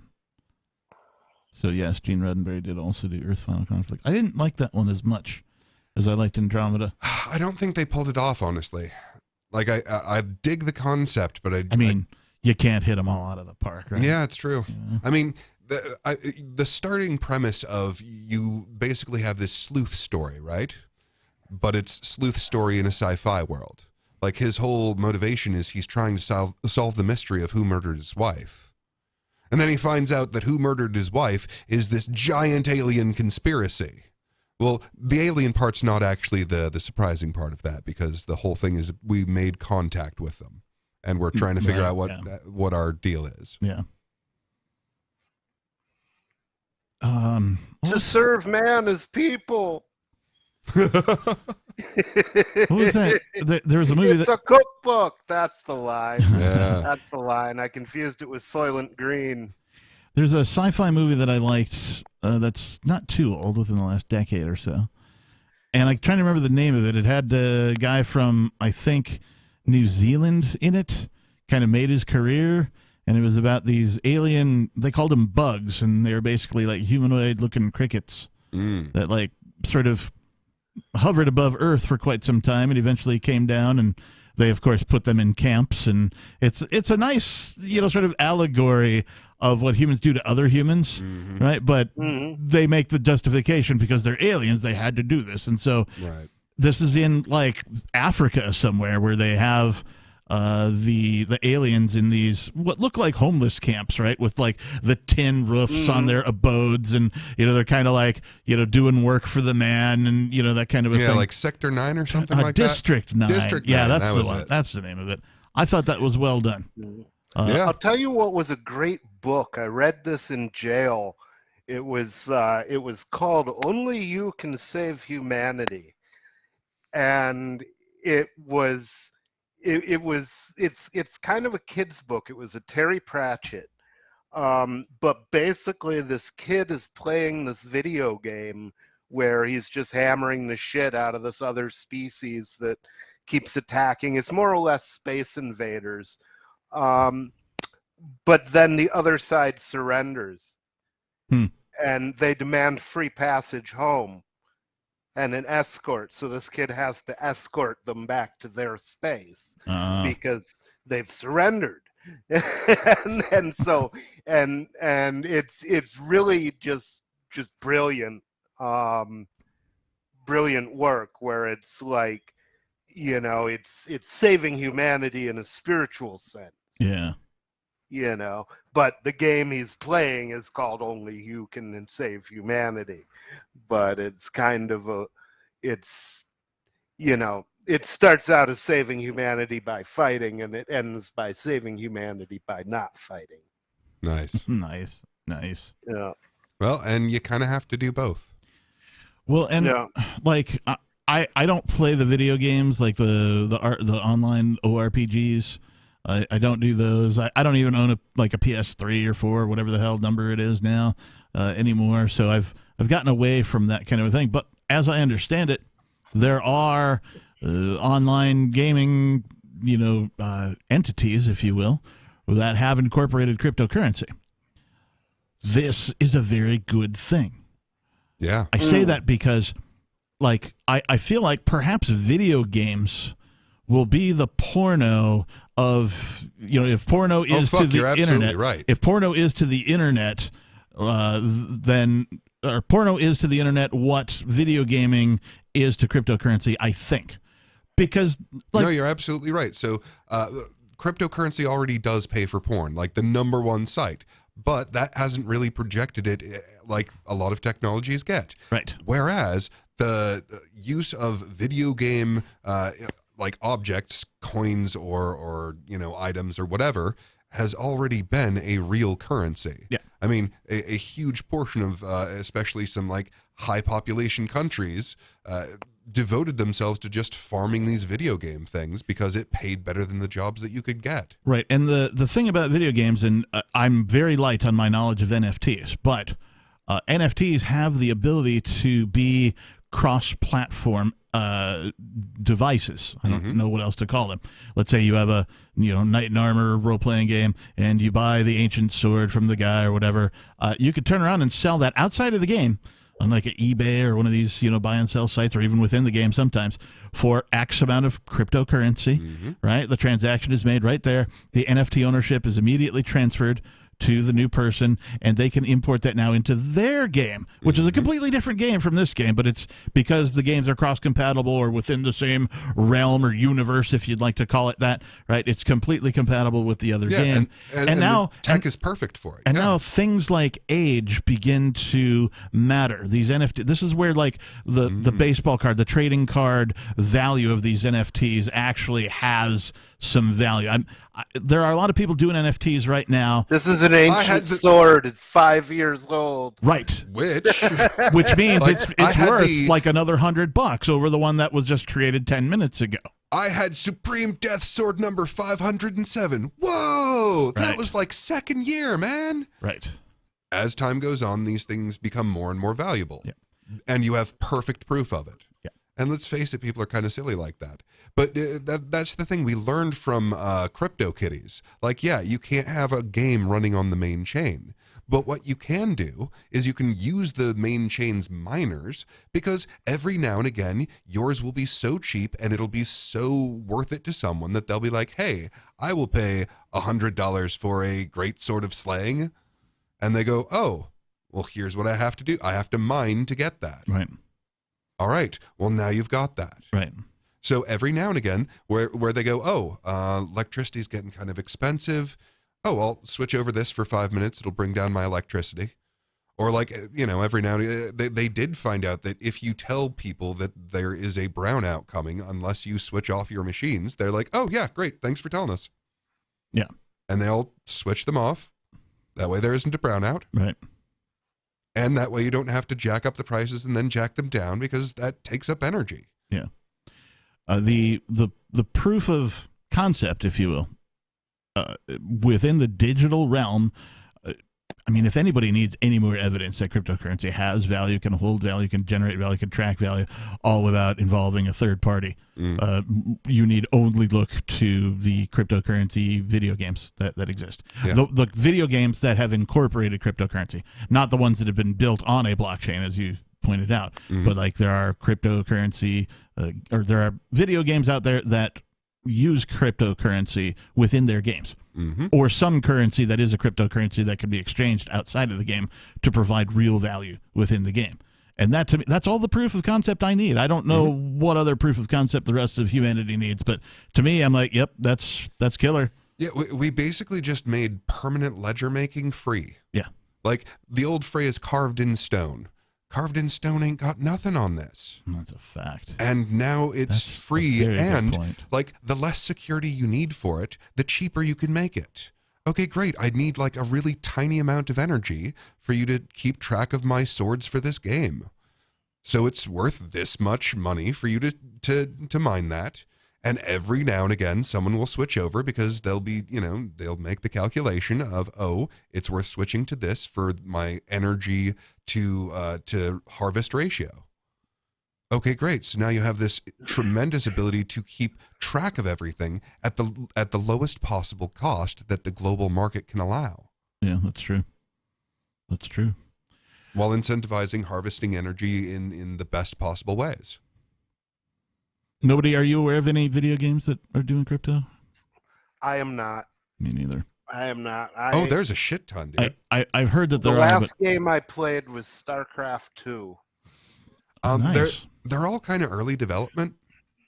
Of course they are.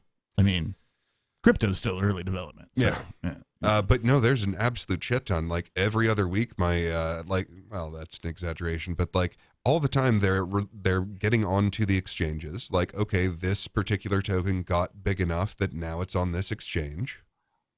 Yeah, for all these, and that's one of the sales points, is that is an obvious use case in the future, is as a gaming ledger. Well, and also as a sort of what is a video game, right? Like if your video game is good enough that it can generate some value with its own internal cryptocurrency, then your video game will take off and be profitable and be, enjoyed by many, right? That I don't know if but we'll call it a measuring point, right? A milestone, if you will, in your video game. If you're a video game developer, you get an idea for a killer game, you get a bunch of people together and you develop the thing, and it's got its own cryptocurrency in it. And you let the beta out, right? And a bunch of people start playing it, and it works, and it's totally on. And you could tell all of that, of course, through the blockchain. Yeah, and one of the things that's available is you can have this gaming company that does like, the normal thing that they do right now, except it has an ASIC. Yeah. And every now and again, and I'm sure that'll be part of what it advertises, is, how secure their records are, because that means there's less cheating. Yep. The more you run that ASIC, the more you ensure that there's no cheating. Yep. And okay, well, that market will decide exactly how much security we need for that. And the ASICs can scale either by them purchasing more, or they can, if they reach a certain point, they can outsource that to an existing farm. Yeah. So they're like, oh, we've got 2, we only really need 1. Yeah. Good point. Sell that off. Good point. Because somebody wants it.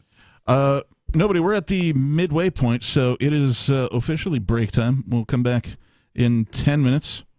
Everyone cool? Yeah. I'll see you on the porch. All right. I'm going to take us out with just a little bit of music. This is a band that I was in. It's called Uncle Angst. We'll be right back. It's Beard Talk Live. Oh, hang on. We'll be right back.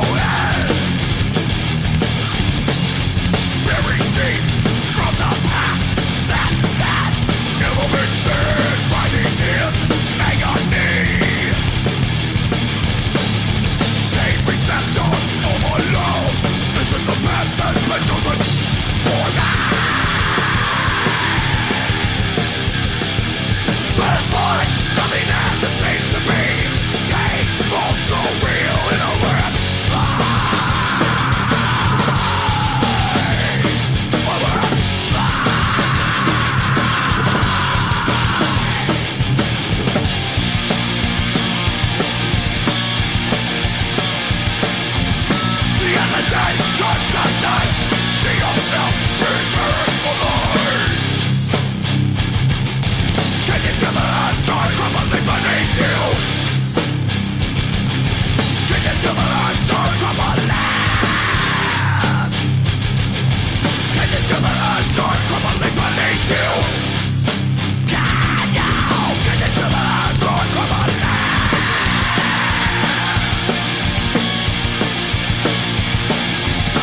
In the mode of fight to fight, realize there's nowhere to hide. Last night, nothing that seems to me. Pain was so real in a left slide. Well, learn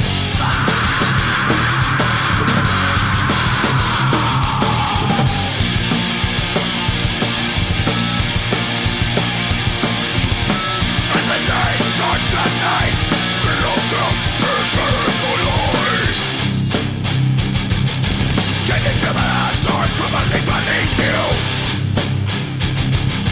Can you feel the earth start crumbling?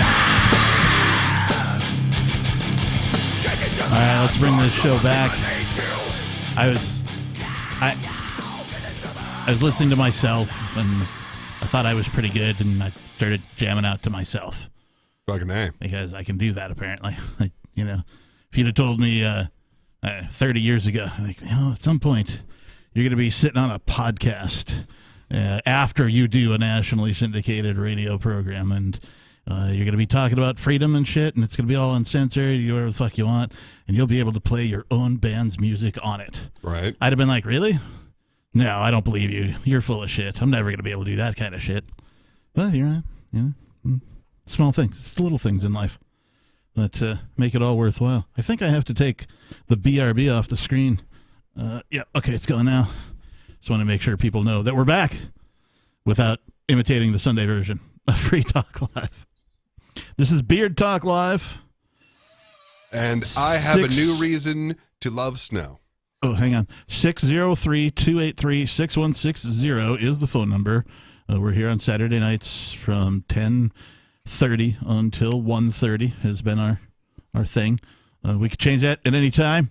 We reserve the right to do whatever the fuck we want, whenever the fuck we want to, if we think we can pull it off. Mm-hmm. So it goes. The market, it moves. Before you get into snow, I have to tell a joke, but it sounds like nobody's there. Nobody, are you there?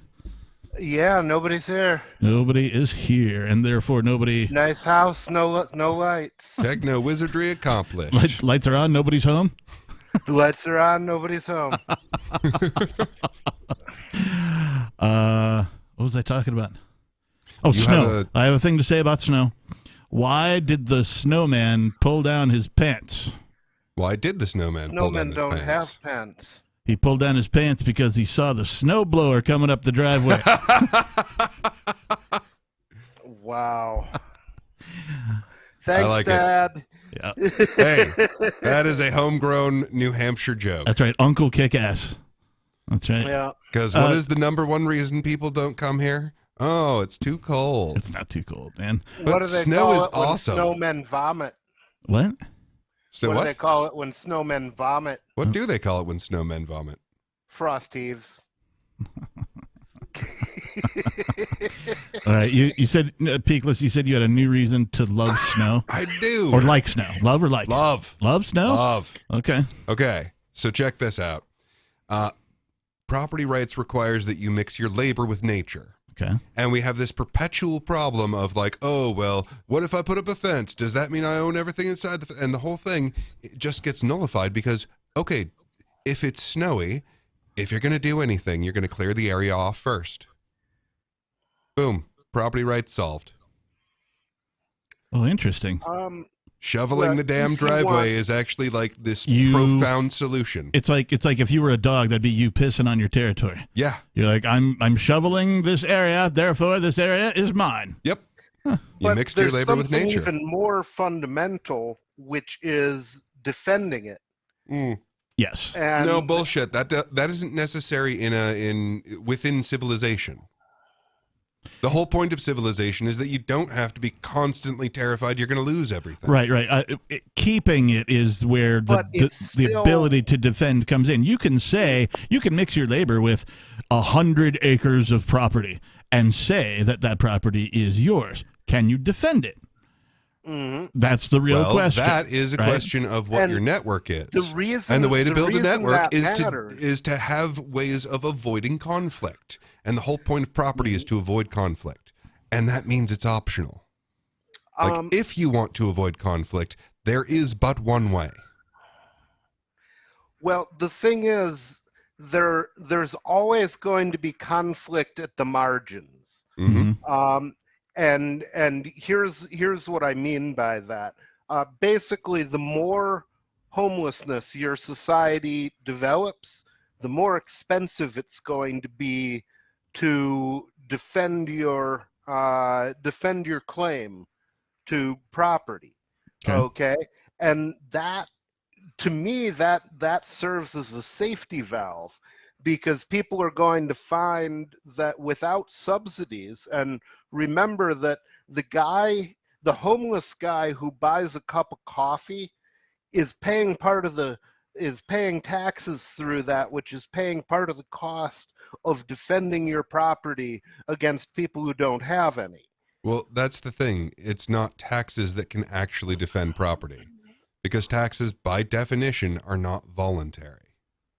I agree, but they do subsidize the defense of property with a defense that's willing to expend an infinite amount of money to respond to what it considers to be a crime. Well, and although it does that can only be solved by the militia. So the militia concept is that you have a permanent defense force that is the people themselves. And like, you must be by definition outside of government to be militia. Okay, well, let me ask this: in Ancapistan, if you will, or a government-free society, if I had, we'll say, 100 acres. It would be about my ability to defend it, or society's ability to accept that, the public record says that I own this property, and you can buy it from me if you want, that kind of a thing, right? So there's two components. I think blockchain makes property ownership real fucking interesting, because you no longer have to involve government for change of title. That's definitely true. And it can happen instantaneously, and you can just get a little notification on your mobile fucking magic rectangle. Bing. Yep, bing. Okay, the house is yours. Congratulations, closing is done. Yep. You just bought a used car, right? But what about our bar association? We made this whole thing that's the only thing you're allowed to trust. Oh, well, I don't trust you as much as I trust math. Right. Duh. Right. And like we were reading earlier about atomic swapping, and that in conjunction with immutable public record keeping, we already have the ability to GPS every piece of land on planet Earth down to the fucking square inch. Right. Right. So okay. That is a sensible use for an NFT. Mm-hmm. Because basically it's not fungible. It's a particular piece of property. Right. And the whole thing is, you would make that when you observe that it has been altered. You observe that that labor has been mixed with nature. And that's one of the things I love about the idea of, snow, because I can make a video of I moved that snow from there to there. Right. Also, there's a pile over there. Do you think it just walked over? Right. Well, you just have your phone in your pocket, and your GPS will track the exact, acreage that you traversed at that given time. Right. So it will pick up on where these movements have been made, because, wouldn't you know it, labor and movement pretty well connected. What I envision is, two people doing that, right? Okay, we've measured the property. The blockchain, the immutable record has, some sort of a title, an NFT, if you will, that is the title of the property, that proves unequivocally that, these, acres as, divided by GPS are yours. And then, like, somebody comes along and improves on property you've already improved. Mm-hmm. does that property then become theirs because they improved it? They just did you work for free. Thanks. So explain how that transaction you may gets have settled. upset me by doing that without my permission. Right. And doing anything without my permission is a trespass.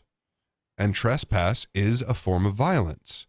Like, you ask for things like that.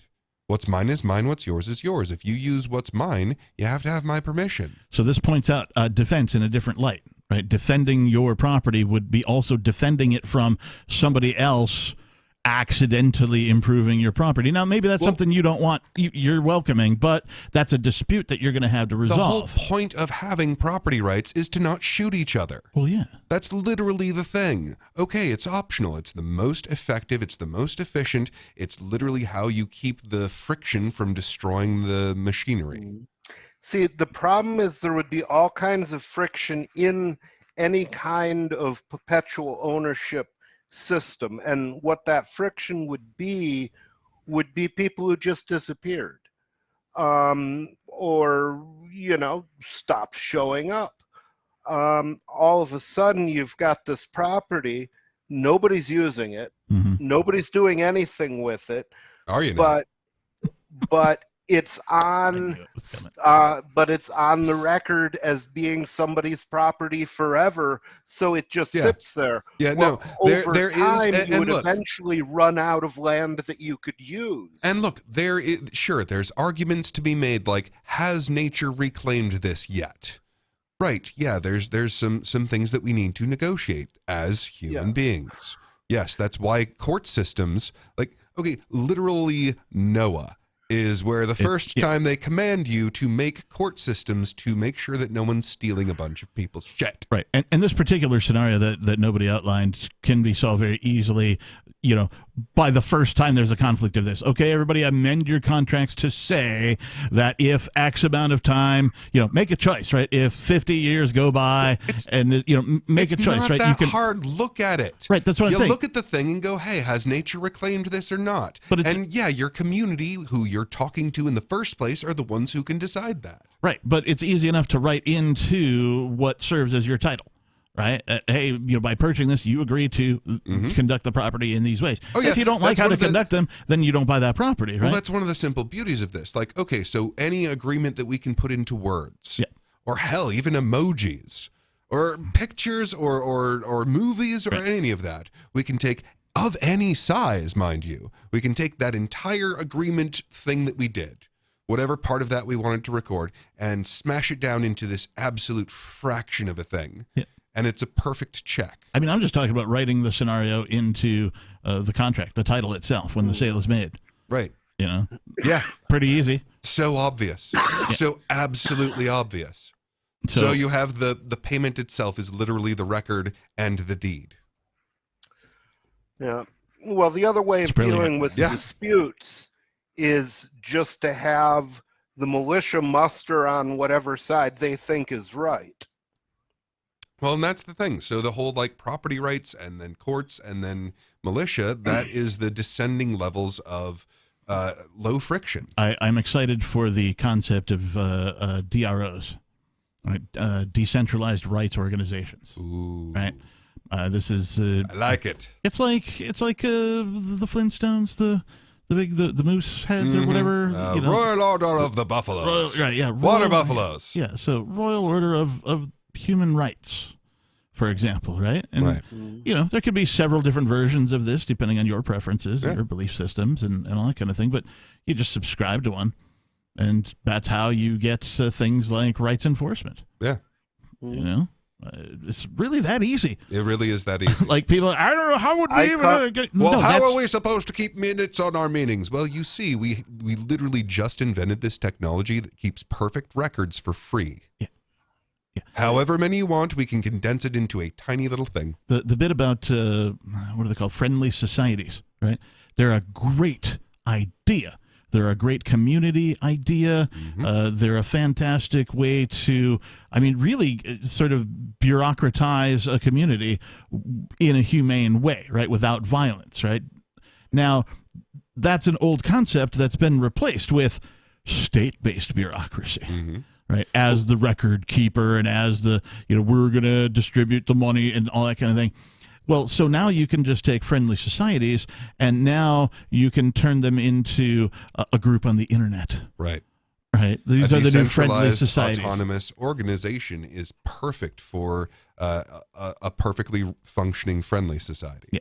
Because they ask, hey, I need this. And you literally all have a perfect record of when they have given into the fund. And can you imagine, like, it's so easy to check. Like when something that affects all of humanity were to happen, like all the rights organizations adopted this, right? Whatever that is, insert sentence here or right or, something along those lines. And then it all happens at once. And you're like, wow, I just upgraded, right? And humanity truly individually agreed on making a change in how society behaves, right? That a voluntary one, right? Not one brought to us by the full faith and force of the United States government or any other state-based government, right? Governments are a horrible idea. I'm sorry. They're the horrible idea. But decentralized bureaucracy, that's a vacuum just waiting to kill government. It really is. Yeah. Well, and decentralized bureaucracy, that is literally how you pay for things. Nobody. So you're already putting the energy into it. Earth to nobody. Come in. Oh, nobody. Earth to nobody. I hear you. Oh, okay. I thought we'd give you a chance to pipe in. Well, to be fair, we are hurtling through space. Yeah, that's true. It's true. I just wish the cryptocurrency would hurry up and start vacuuming up bureaucracy. Well, it has to be trusted first. I'm like that meme. Okay, seriously, if you look at BTC, which is the thing that they call Bitcoin. Now, I firmly believe that Bitcoin was an established platform rather than a blockchain, but okay, call the blockchain Bitcoin. But, I mean, until people are not skittish of this thing, it's only been 20 years, will Satoshi Nakamoto decide, "Mwahaha, joke's on you, I'm going to vacuum up the entire world." Yeah, because that would work. There's something that exists in, we'll call it the corporate world, called something with customers. They call it tracking from cradle to grave. Mm-hmm. And this is the tracking of the entire customer interaction with your company from the time they first sign up until the time they leave or die. Mm-hmm. And this is a whole field of study, right? Yeah. So what's going to happen It actually started out as a concept in government of a cradle-to-grave welfare system. Right. And good point. So this thing exists, and really all it does is teach people who participate in that sort of a system that this is how these organizations value my life. Right, they value me as a money siphoning device from the time I'm born until the time I die. Right now, it's not really a coincidence that corporations and the state have that same thing. They have that in common, and that's how they look at people. Corporations must, because if they don't, the state will come and fucking destroy their business, and the state does because if they don't, somebody's going to stop doing it, and they don't want that. Well, plus it's the state. Yeah. You can't humanize. Can't humanize what you're assaulting. I think what's going to happen is something along these lines. There's going to be some whiz kid who's pretty antisocial, but he's real good at math and stuff.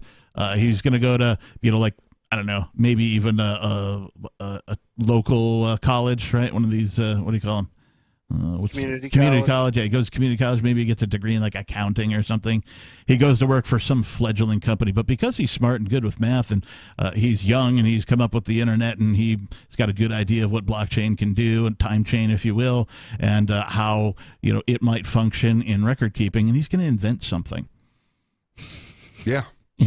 It's going to he's going to be like, this is way too much work. If I just did this, it would all happen automatically. And then he'd be able to just sit back and play video games or whatever while he's supposed to be working, because he invented this system that, files everything correctly. And, is it an immutable record of what happened previously? So if there's ever any question, you go here.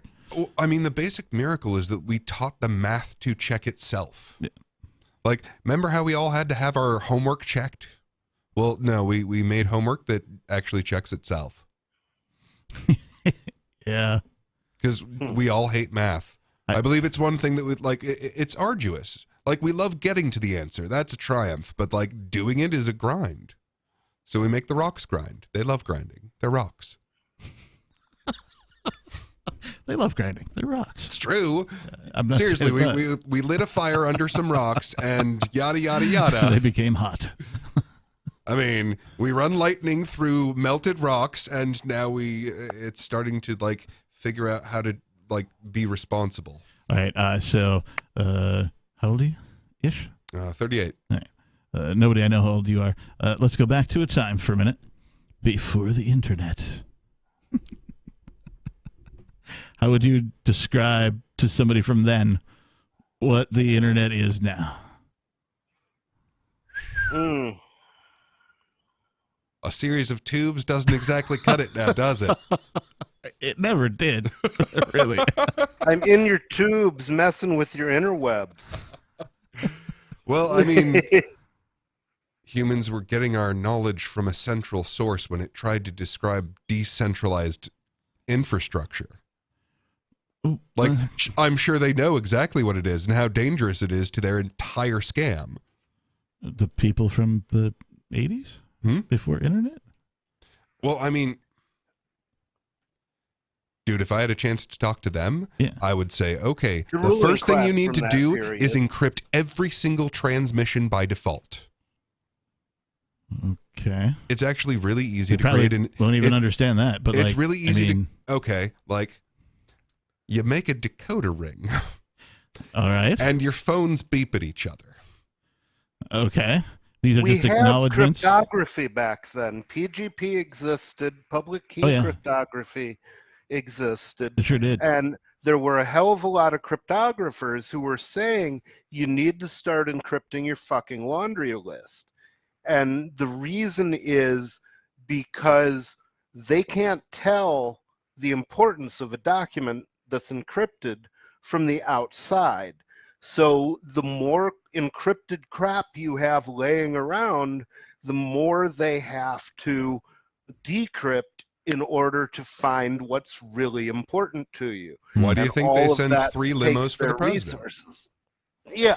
Well, that's actually a security tactic, right? So you don't know which limo the president And is. that's exactly what this Well, is. this is the same principle, though, because once you've encrypted every document, including your laundry list, then they have to decrypt it all. Right. Before, like they have to attack all 3 limos. Yeah, your laundry list and did you walk the dog become the haystack for the needle of what your You have to be able to purchase decrypt was. and grab all of the pieces on the way back. I get it. Yeah. Right. So if you encrypt all of the silly nonsense, then they don't know what you do value and what you don't value, which is exactly what privacy is, and it's great. So I hope for more of it. If DARPA hadn't released their form of networking to us, they risked us running into that and just encrypting everything from the get-go, because it's actually pretty cheap to do it if you do it from the bottom level. I'm sorry, I just have to laugh at DARPA because it just sounds DARPA. like of course the organization is retarded. Look at what you named it. Well, I mean, they did some good work. They developed the protocols that the internet runs on. Yeah. And there is IPv6 has a lot of features that that Peakless wants, including the ability to encrypt and obfuscate traffic in various ways. The problem is it's very complex and it hasn't been well adopted. So a lot of people are still using IPv4, or they're using IPv6 with those features disabled. Okay. It's weird when it's like your civic duty to encrypt your laundry list. But it kind of is. Yeah. I mean, you are literally running cover for all of the, like, get out of my business, Especially and out when of you're all getting of my skivvies. friends' business. Because I'm also, every time I encrypt some little, hey, did you walk the dog? I'm also keeping your business. Yeah. Because that's the thing. It's painfully obvious that the new real currency is attention. Yeah. And information. That's been on my mind a lot because... Is it my data or Google's? That is my explanation for why there is still a whole bunch of jobs available. Because people have been turning receiving attention into jobs on the internet. Mm-hmm. Right? Yeah. There's a lot of professional masturbators in America. It's probably America's fastest growing profession. Yeah. And yeah, you know, it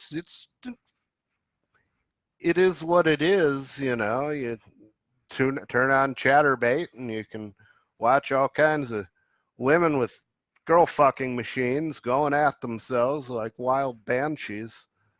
Yeah, and I wonder how much of that they saw coming when they're like, hey, how much of society can we put over Zoom? Yeah, or Jitsi or whatever. Because yeah. like that part definitely seems to be the plan. Yeah. Like I honestly think that the military specifically saw that, hey, AI is probably coming and we don't want the Chinese to get it, so we've got to make sure that they see each other, their doctors over the internet. And somehow Chatterbait took this like lion's share of that transformation because.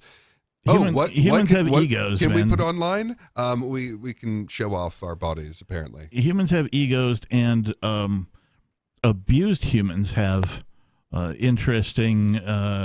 We'll say, what's the word I'm looking for? Preferences, right? So depending on the type of abuse, right, abuse will show up in different ways as sexual preference on sort of the other side of that, particularly like child abuse and stuff like that. So like households.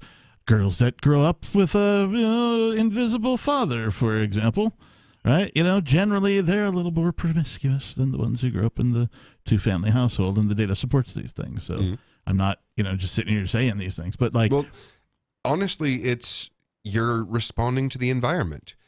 Usually, throughout time, the reason your dad isn't around is because he's dead. Right. There are ways where, in which it's not abuse, right? So but it's just a loss. The easiest way to adapt to a world where fathers are dying left and right is to get as many children out as quickly as you can. Just start the wolves fucking. are around. We need all the whores. We need them bucking repeatedly. Yeah. And many times. Yeah, and the more traumatizing the upbringing, on average, the earlier the onset of puberty. I'm told that ancient human tribes, I don't know how ancient, but would have, within their society, a birthing, we'll call it organization, right? Where it was just, their whole point was to have more kids. They wanted to be a baby factory. Literally, right? Put more kids so they'd have more labor in the fields, grow more food, right? And generally have a better life. There's a period in time when humanity organized itself in such a way. Why is there not that happening now? Why isn't humanity organized in such a way where there's birthing farms, women being paid to just... How come there's not a birthing factory? Because that doesn't actually suit the genetic strategy. So in order for that to happen, there'd have to be women birthing out the DNA of other people. And also that probably wouldn't work as well. Because, very, very simply, you are more capable of caring about something and then caring for it if you literally carried it around. Right. Humankind isn't going to survive without paternal input immediately post-birth. Yeah. Anything as smart as a human is going to be irritating. We need every advantage we can get as far as loving our fellow human beings, and especially loving children because they are the most vulnerable and the least useful to feeding and cleaning their poop. Insert segue here. Let's go to the phones. Beard Talk Live. Who the fuck is this? Jeff fucking McCoy. Jeff fucking Spicoli? Yeah. Dude. From Fast Times. I want to party with that dude. No. Fast Times at Ridgemont High. Dude. All right. Well, what do we call you, Jeff? Guys on Lude should not drive. Did you say Jeff Spicoli? No, the real McCoy. Oh, the real McCoy. Oh, boy. Yeah. I got that one wrong. The real Doc McCoy? Yeah, there's a wide distance between Spicoli and McCoy. Yeah, especially not just spelling. But the genuine article. McCoy, damn it, McCoy. This is the captain saying, damn it, McCoy. No captains have ever said that before. Actually, it's damn it, Captain, I'm a doctor, not a whatever. Well, that's what McCoy says to the captain, but the captain will say, damn it, McCoy. Right? McCoy, do you or do you not have facial hair in the form of a beard? I recently trimmed it. So, goatee, beard, mustache? What is it? Just lowered it down a little. So, you shaved? Yeah, a little bit. Not too much. I shaved a little bit. All right. Yeah. Don't want to, get cold on my chin, man. Wintertime is here. It's upon us. That is for sure. And the beard is, good insulation. What's on your mind? What was I going to talk about? Oh, yeah. What was, I don't know if I talked to you guys about this last time, but, or at least to you, Captain. What was your favorite digital audio workstation? Oh, wow. So I'm going to say it still exists. I'm going to say Reaper. As far as the software component, because Reaper was the first one. They tried to be a company and they failed. And so what they did is they turned their company into an open source software. And then anybody could come and engineer on top of it and improve it, make it do things and not do things and incorporate with other things. And that's why it's my favorite. It's the first time I witnessed something that couldn't quite make it as a corporate entity become, I'm going to call it a decentralized entity, right? It was no longer owned by anybody, and anybody who was a developer and also like a music fan and a music engineer, right? If they knew anything about code, they could come and develop on it and like add features and add stuff and make it compatible or cross-compatible with different DAWs or different softwares across the internet. And then, plugins came along. And, it was completely compatible with all of that. So it was right there, along with all of the other, you got to pay thousands of dollars for this, initial version. And then, probably you're talking an annual subscription to keep any of the real pro ones. And this was 100% professional. It was developed for professional film and television as an audio interface for multi-tracking. And because that's where it got its start, it was already at the level of professional software. So all it needed to do is maintain itself, and it did so in a voluntary way. Nice. It's kind of the Wikipedia of recording software. That's beautiful. Yeah. When did it first release? I don't remember. It's probably 20 years old. It's still available, though. I'm trying to remember the website. Reaper, I don't remember. Just Reaper audio software. You'll find it. Okay. I know about Logic, somewhat about, everyone's favorite is Ableton. Yeah, Ableton. Reason is popular. Yeah. I'm still actually using Cakewalk. I had a full subscription to Sonar, Cakewalk Sonar. They tried to do a rebranding and they upgraded a whole bunch, but then something happened and they sort of went away. I think they went under. And then they were bought by another company who just made it free, right? You could just go and download it for free. But they also threw a bunch of developers at it and improved it at the same time.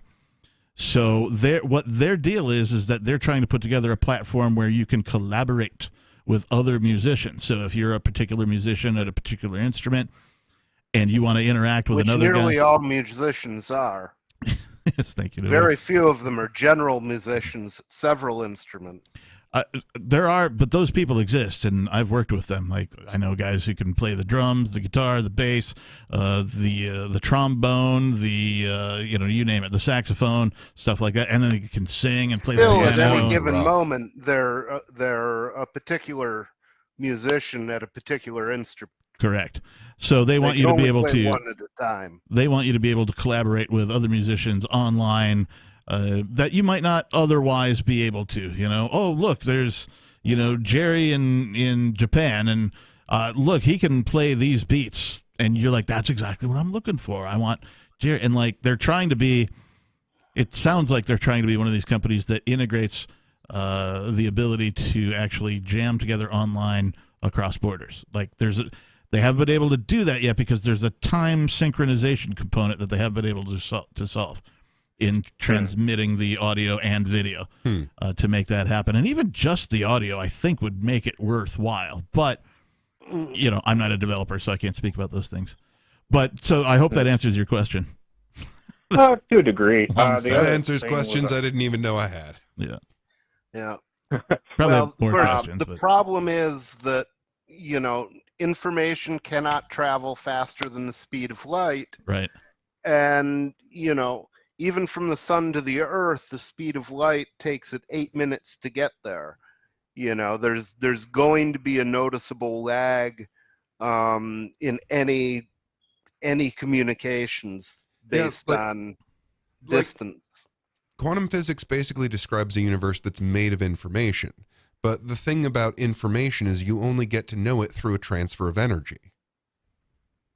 So at the very most efficient, you have the speed of light.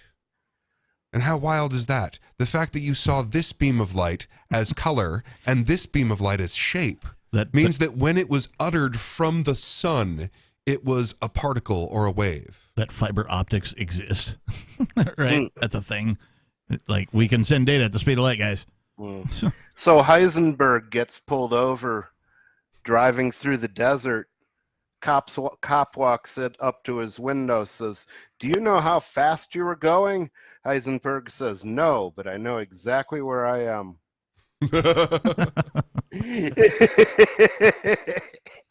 McCoy, what else?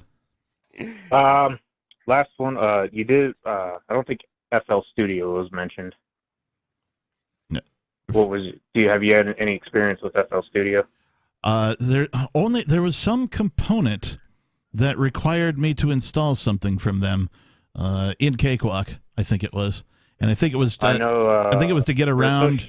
I think it was to get around file types or add additional file types instead of a regular MP3 or a 16-bit wave. Now I can do huge wave files if I want to. Nice. Yeah. I don't know too much about this, but I know they're associated with Image Line. I don't know if you're familiar with them. Yeah, I don't think I am. Okay. Well, so that's that whole, I guess, company, the Image Line, and then they developed the software, Fruity Loops Studio. I remember Fruity Loops.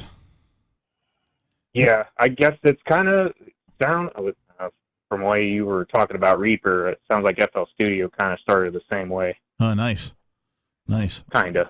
I'd be enthusiastic if there was more than one that sort of had a similar go at it. I know that software updates are free for life if you buy a full package or certain packages.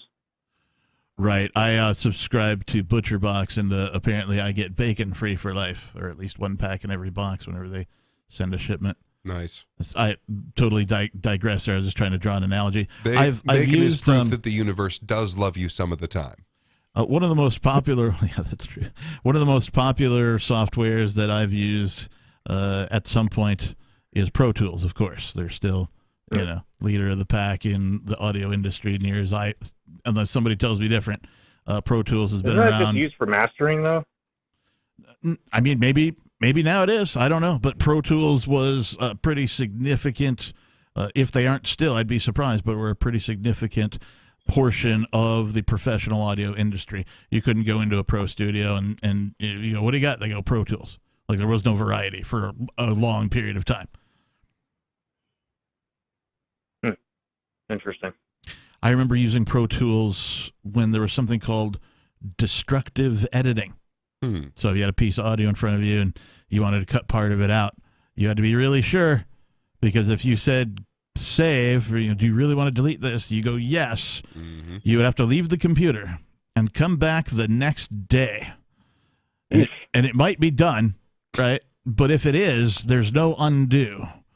You have just deleted that piece of audio from your digital file, and there was no recovery for it. So non-destructive editing came as technology increased. So destructive editing, to give you a clue, was around probably 1994, 93 maybe, was when I was using Pro Tools. So long time ago. Yeah, I think that's when I was playing with audio at all. Was I've spliced together a bunch of WAV files. Yeah. It's weird. I don't know. The tools that they're making don't seem to have the utility of the simple ones that they came out with in the first place. Like the things that I could do with Microsoft Paint in its first edition were extraordinary. Yeah. And like that just doesn't exist in any of the software I can find. My problem with so I'm using Cakewalk on my current projects. My current audio projects are the Kick-Ass solo EP, tentatively titled Eleuthermania. I've got some more Kick-Ass parodies coming. I don't know if I'll do an EP or not, but I'm also planning on doing one of my old bands called Pure Hatred. I'm redoing a Pure Hatred EP called The End of America EP. And I'll talk about that as it gets closer. But those are my 3 main audio projects. They're multiple songs. I'm also doing an audiobook right now that I'm recording for somebody, and I still occasionally do some telephone voicings for some people who know how to get a hold of me. So I'm doing a lot of things. I also use Audacity. I like Audacity for mono stuff, right? Podcasts, audiobooks, that kind of thing. It's just easier to manipulate one file in that interface than a lot of other interfaces. Didn't I recently get put under the bus because they have new licensing issues going on, or you can't do certain things with editing audio, or was that just maybe that was a China thing? I heard something about that, and my experience has been that I haven't lost any ability to do anything, and in fact, they have actually integrated more ability to use things like the VST plugins and that kind of a thing. So nice. That's my personal experience. I can't, I only use it for certain things, so it hasn't interfered with my ability to do anything, and also it actually gave me more options. Well, guess I'll have to look back into that. In a while. Yeah. But yeah. Do you are you a musician? Nah, I guess you can loosely call me a producer. Okay. So are you wanting to put multi-track stuff together? Are you looking to do DJ stuff? What are you looking to try and do? I just try to produce with just electronic music in general. I think that's going to be a major growth field. Because, as we teach the software to do all these really, really repetitive tasks and things get, more and more into the creative being useful, we're going to need a lot of sound recorded. It's true. Yeah. But what about AI? No, that's exactly what I'm talking about. Like the thing they're calling AI, at least, that's going to simplify a lot of the tasks. But we're still going to have to get things produced. So I think that one's got a pretty good future on it. Yeah, I don't think, maybe I'm wrong, but I don't feel like an AI can invent a thrash metal band. At least not yet. It can give you sounds that are, a mosh, thrash metal. It can make it can make kind of a thrash song. I don't know, because I still feel like art takes I've seen the AI art that's online right now, but it can't create some of it's really good. I'm not saying it's not good. And also, holy shit, isn't it just like human beings to fear the first other thing besides us that can create art? Right? No, we should be damn, we created a thing that also can create art, and it's pretty fucking good. I think that's a human celebratory point. And I think there's this really, really primal fear of what if the machines start to feel things? What if the machines start to paint? What a horror. The jobs! Oh, well, then I can paint with my words. How neat is that? Darth Vader riding a tricycle outside. Oh, now it's a visual representation in front of me. Yeah. Are you going to now do it in Bosch and turn up the blue? Oh, there we go. Are you going to go see the AI perform live at Fenway Park? No, you're not. Right? You're gonna go see a band perform live. At least that's the way things stand right now. probably will be that way when I die. I'm just guessing. I don't know. I've gone to Pink Floyd light shows. Oh, yeah, I've gone to all sorts of light shows. Those actually act as an extension of advertisement for the bands who put the music together. Mm-hmm. Sure.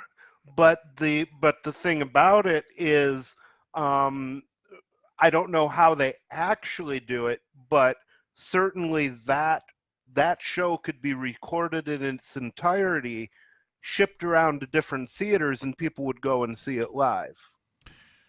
Right, you just save all the settings from the one show in which you produced it, and then you're able to replicate it at any other, we'll call it planetarium or wherever they host these things. Yeah, I mean, basically what you're doing is just storing a computer program that takes the laser through whatever motions it went through during the live show. And that's how you get the holodeck from Star Trek Next Generation.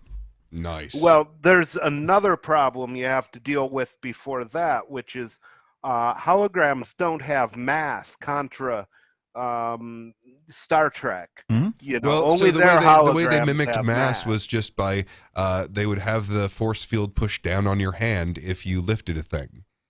That's how they would. Yeah. I mean, they did have the ships like gravity generators. So. Yeah, presumably the same technology they would use for the inertial dampers, because inertia and gravity are pretty much the same thing.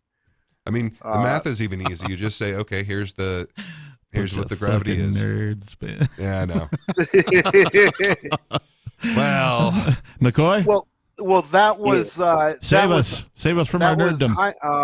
Einstein's I'm going to go back to AI because I feel like it's really concerning that even though, they are bitching about like stupid things, but there is some like valid points that they do make about it really does automate a lot of repetitive tasks. Work from artists and stuff, because like it cuts all the stuff that they, companies or I don't know, independent projects would hire other people to maybe produce a certain sound or certain piece of music or piece of art or images. That's been the argument again, for everything that musical technology has thrown at us, right? Like, oh my gosh, if we let people record 8 separate tracks at home, we will ruin the studio industry, which might be true at this point in history, but like the technology's not going to stop because we might ruin an industry.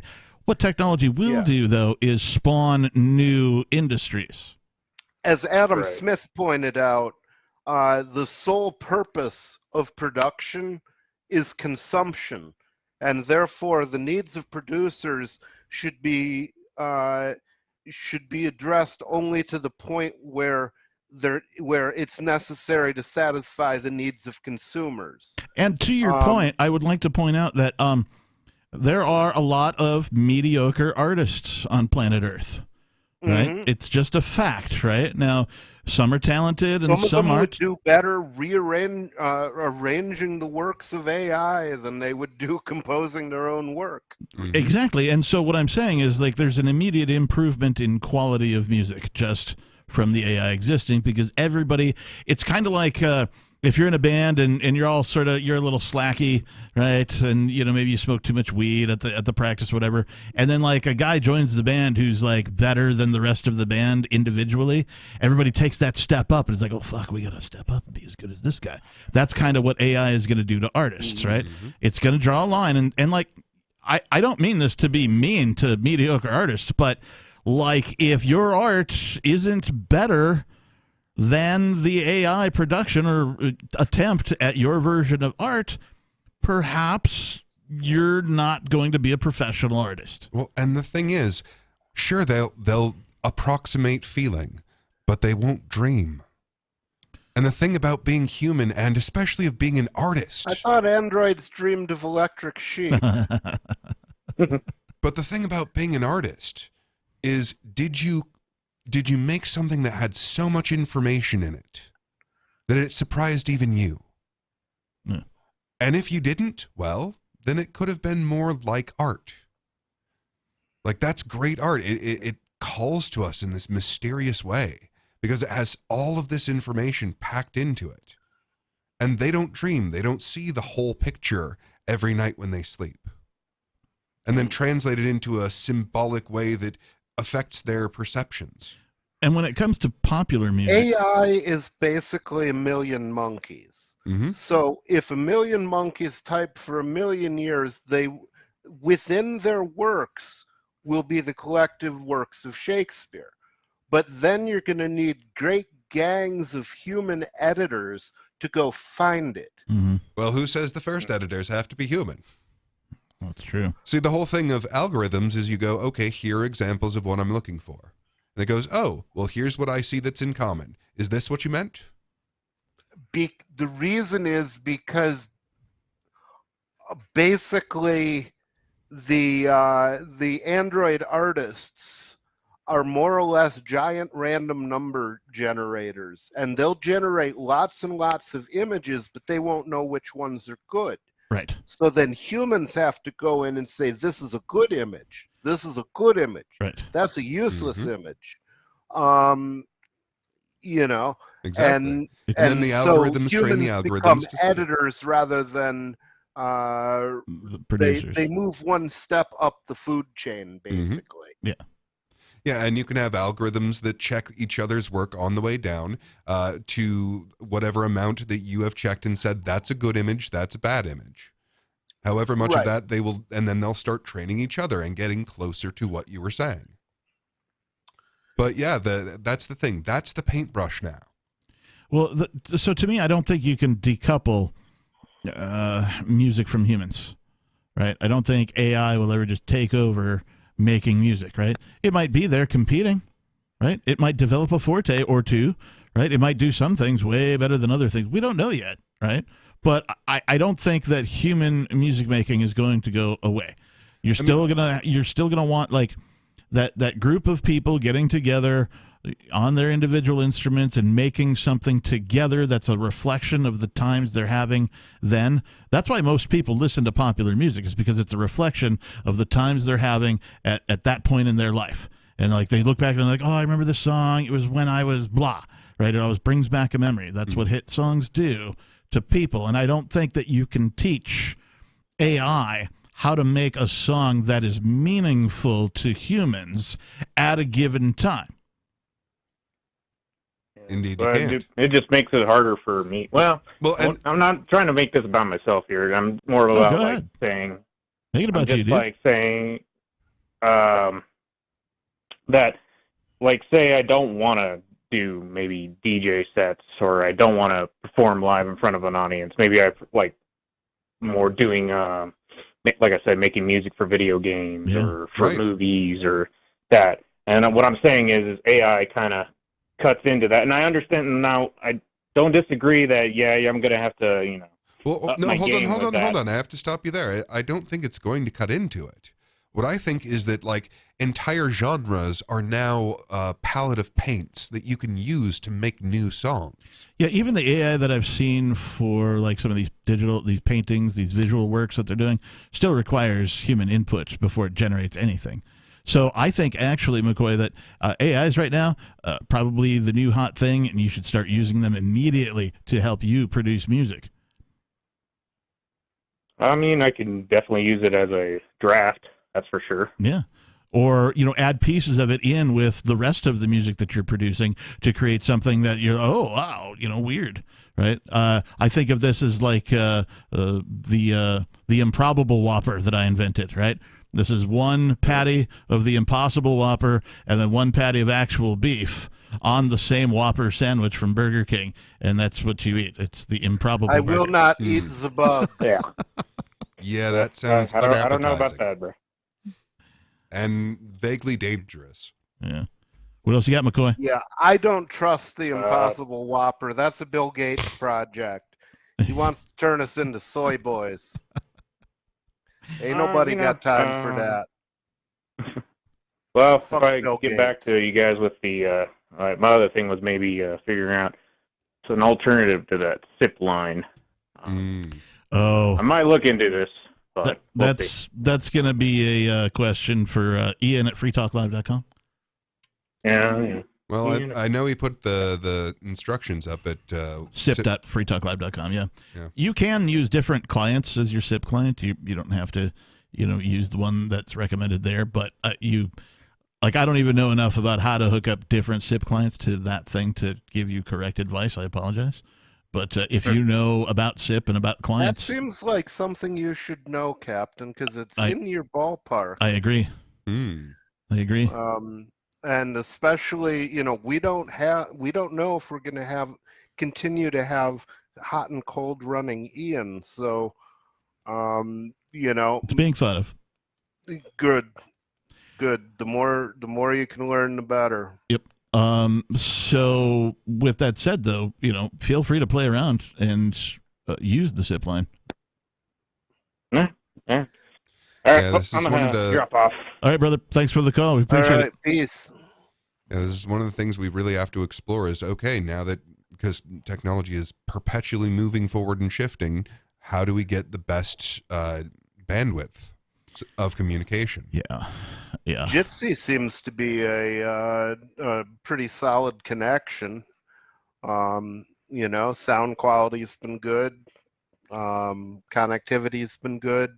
Haven't run into any problems with it. Yeah, I was using Jitsi recently for a couple of weeks for a different thing, and I was surprisingly impressed. I was like, I did not know.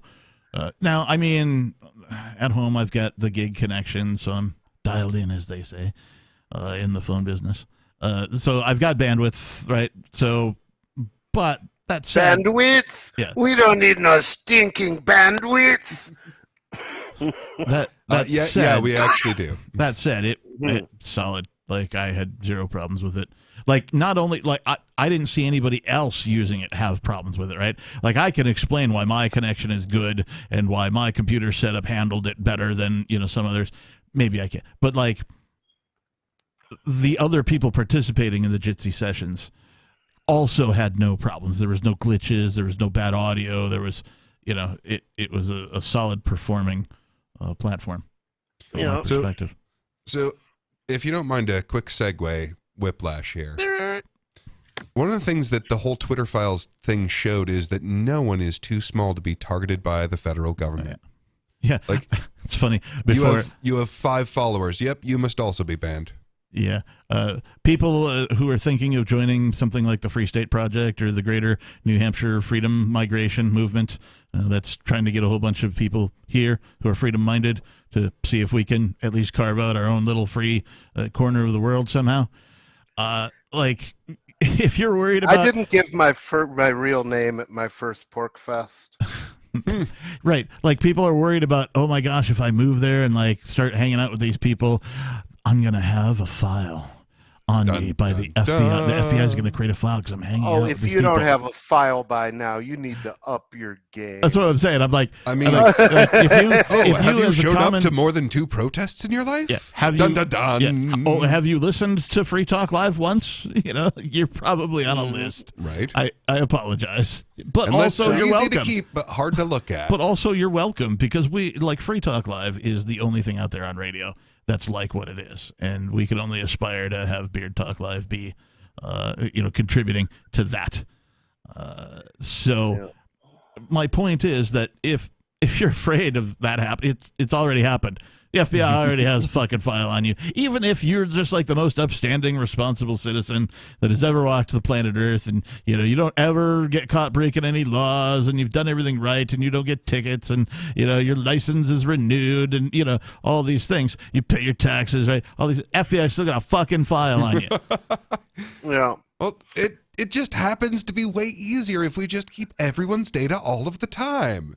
It's easier than having to sift through the people we shouldn't be spying on. Well, especially at the rate of, we'll call it storage compression reduction, right? Now I can get a micro SD card that's huge, right? Like, I remember a time when I'm like, wow, I can get 10 gigs on here, 15 gigs on this. Like, I still have a couple of like 3 gig, 2 gig micro SD cards that can't hold jack shit, right? But now you get a terabyte on a micro SD.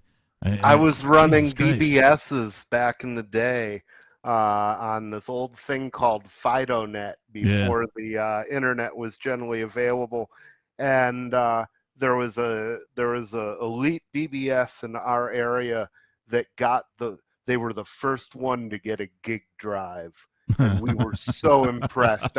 We were like, man, you would never fill that up. Right? You know, you could save gigabyte. every What could you game they possibly made need with that? on it. You will never need any more memory for the rest of your natural life. Exactly. Yeah. Not true. Not true. Yeah, that was one of the, you know who said that? That was Bill Gates. You'll never need more than 640K of RAM. Wow. Yep. 640K. We should have known he was a dumbass a long time ago. Well, he wasn't the inventor. He just stole shit and I marketed probably it. shouldn't call Bill Gates a dumbass. I don't like his attempt to sort of be things that he really isn't. Like a farmer? Like well, a pharmacist, that for he's example. been, Right? He really isn't. He isn't a computer genius, for one thing. He didn't write DOS. He bought DOS. He paid people to write Windows. He was never a software engineer of any note. What he knew how to do was scam people. Mm-hmm. And that's really what it was. He bought DOS for $50,000. And the guy came back and asked him for a job, and he was like, fuck you, you know? And it's like, that's not even smart from a business point of view. And if you know, if you that want to go guy down could the actually create.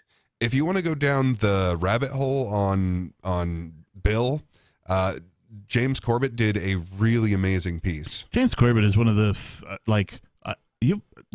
I really enjoy his work over the course of the entire time I've known who he is. Right. I'll fall off the bandwagon, and something of his will pop into my purview. I'll be like, oh yeah, James Corbett. Yeah. And I'll go and I'll like fucking spot on. Right. I don't love know who his he work. is. Oh man, he's amazing. Canadian, now lives in Japan, which gives you a certain amount of safety to pick at the ruling powers. The Corbett Report, CORBETT, I believe. Mm-hmm. .com, perhaps. I'm sure. Yeah, CorbettReport.com. So not the Colbert Report. No, totally Dear different God, thing. no. Yeah. No, for that you want to go to YouTube. Right. And Corbett kind of like beat a dead horse to say, don't find me on YouTube. Just go to my site. I've got IPFS. Like, don't rely on them to search the internet. Come on. Here, I've got this. It'll always be here. Just What was the subject at the point of the... I forgot. You had brought it up. You were like, not to do a segue or anything, and then we segued, but what was the topic? You don't Man, remember? what were we just talking about? Right. That's the one question no stoner can ever answer. Oh, Twitter. Oh yeah, the something files. Yeah. Okay, so why only And release the it? exception Why that only release it proves the to rule. Taibbi and whoever the other motherfucker is? There's two people. Yeah. Why only release it? Like, I get maybe Musk is a fan. Maybe Musk is trying to do him a solid or something. Maybe Taibbi wrote something for Musk at some point, but like, I think he's kind of establishing an alternative press. Because like their whole story is, hey, we were the press and we got kicked out of it because we wanted to like actually talk about things. Well, I So think they're kind of- basically he knows that all manner of lies will be generated from that data. So he wants the truth to have first crack at it. That's what I think is going on. Instead of releasing it all in one dump, which would mean that all of the mainstream media would be able to get it at the same time and bring all of their firepower to bear, churning lies out of it. right, to start doing cross propaganda to I got you. Well, So basically, he's giving the truth a head start. I think. So why or at these least two? giving the story he wants given a head start. Why these two writers? I think it's an appeal to authority. Because I think they're both people who were influential in legacy media and who developed heterogeneous views. They stopped being willing to be yes men for the establishment, but they still have they still have all of the hype or some of the hype working for them. Although, so they're still kind of they're still kind like of Jimmy Dore's spectrum of part of the political spectrum. Like I feel like they're sort of mainstream approved rebels, and I don't mean that in a negative way. Yeah, they're people who they're like John Stossels of a different generation. Right. Where, Stossel was a media darling until he stopped thinking government was the solution to everything, and then all of a sudden, right, he's this evil character. He had to go it alone. Yeah. Still love his work too. He deserves a mention. Yeah, and what was that? There's a British guy that falls into pretty much the same category who really came around on this stuff and has been just diving into, this is the plan. Really, you're just going to take all of our money forever. Oh, you're talking about Russell Brand. That's it. Yes, Russell Brand. Yeah.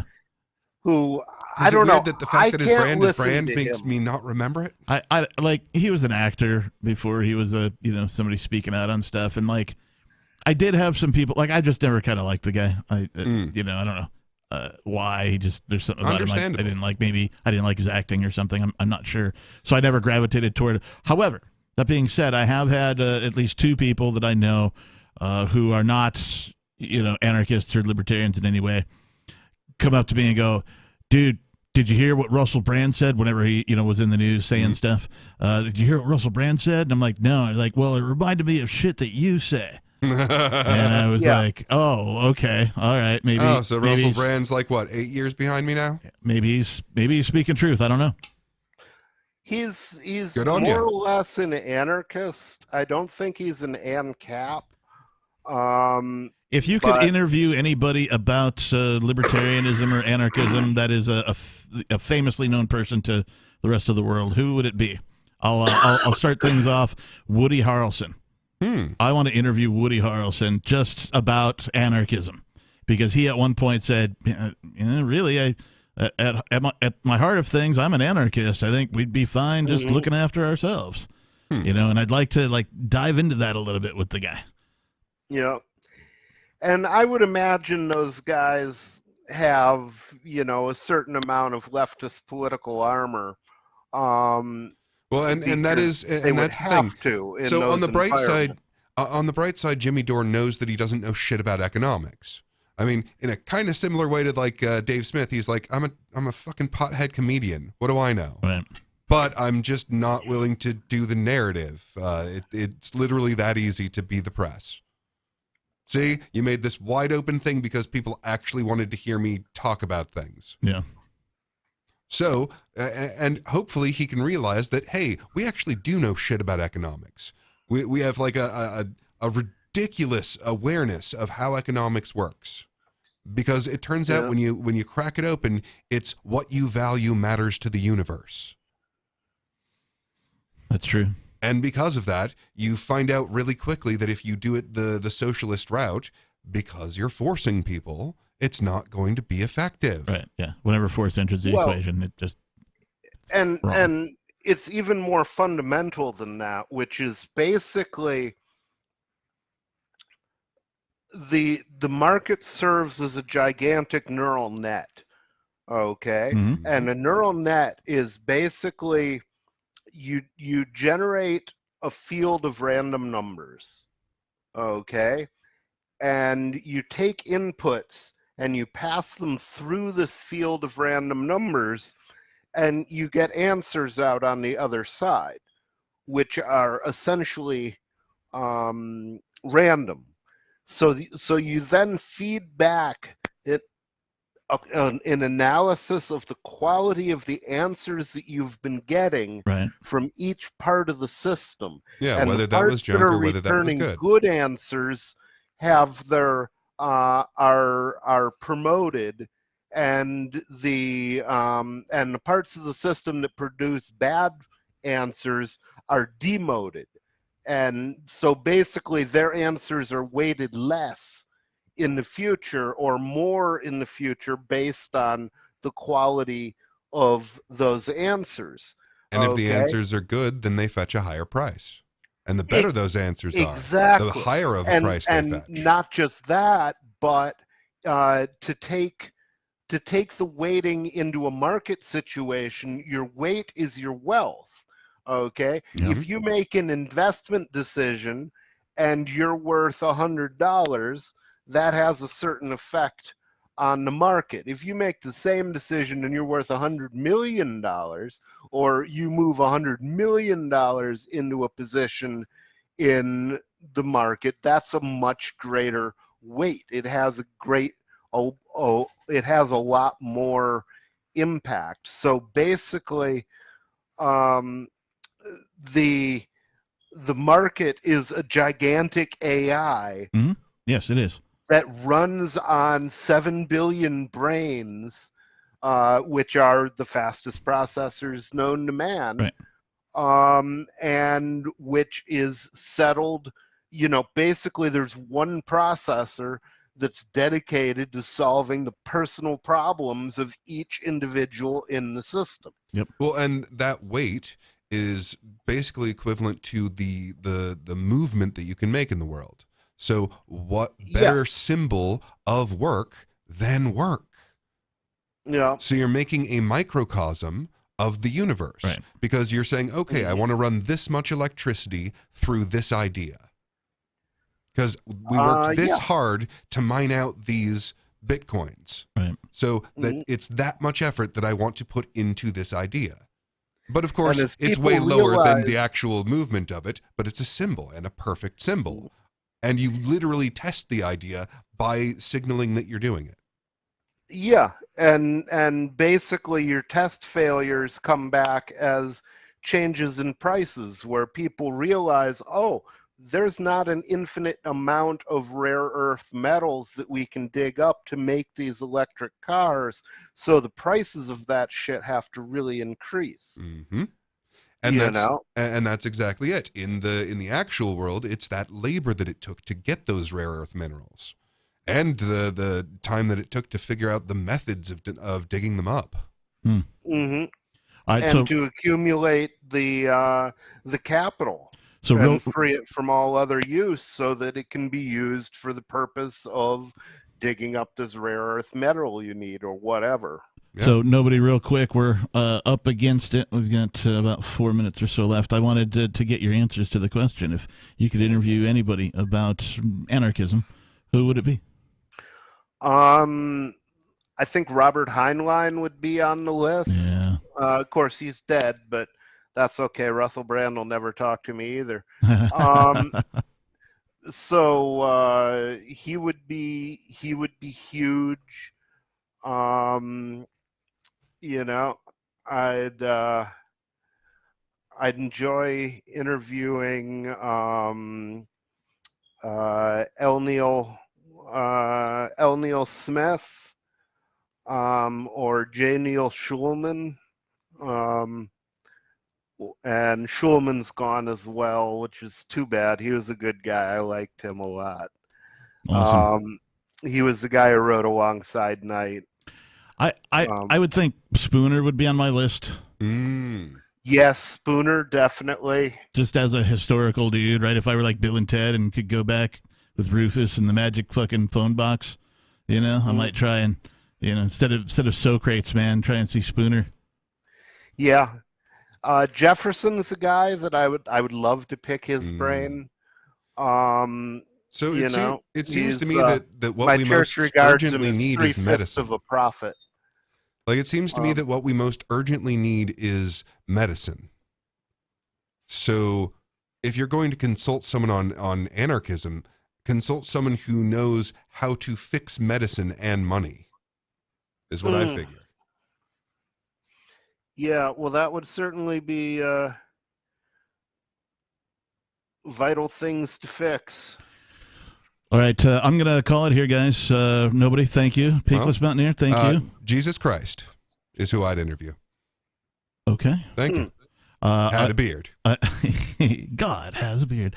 I want to thank Psycho Stick for being our unofficial theme song. I want to thank our callers, all of them who've called in, not only today, but over the last 17 episodes.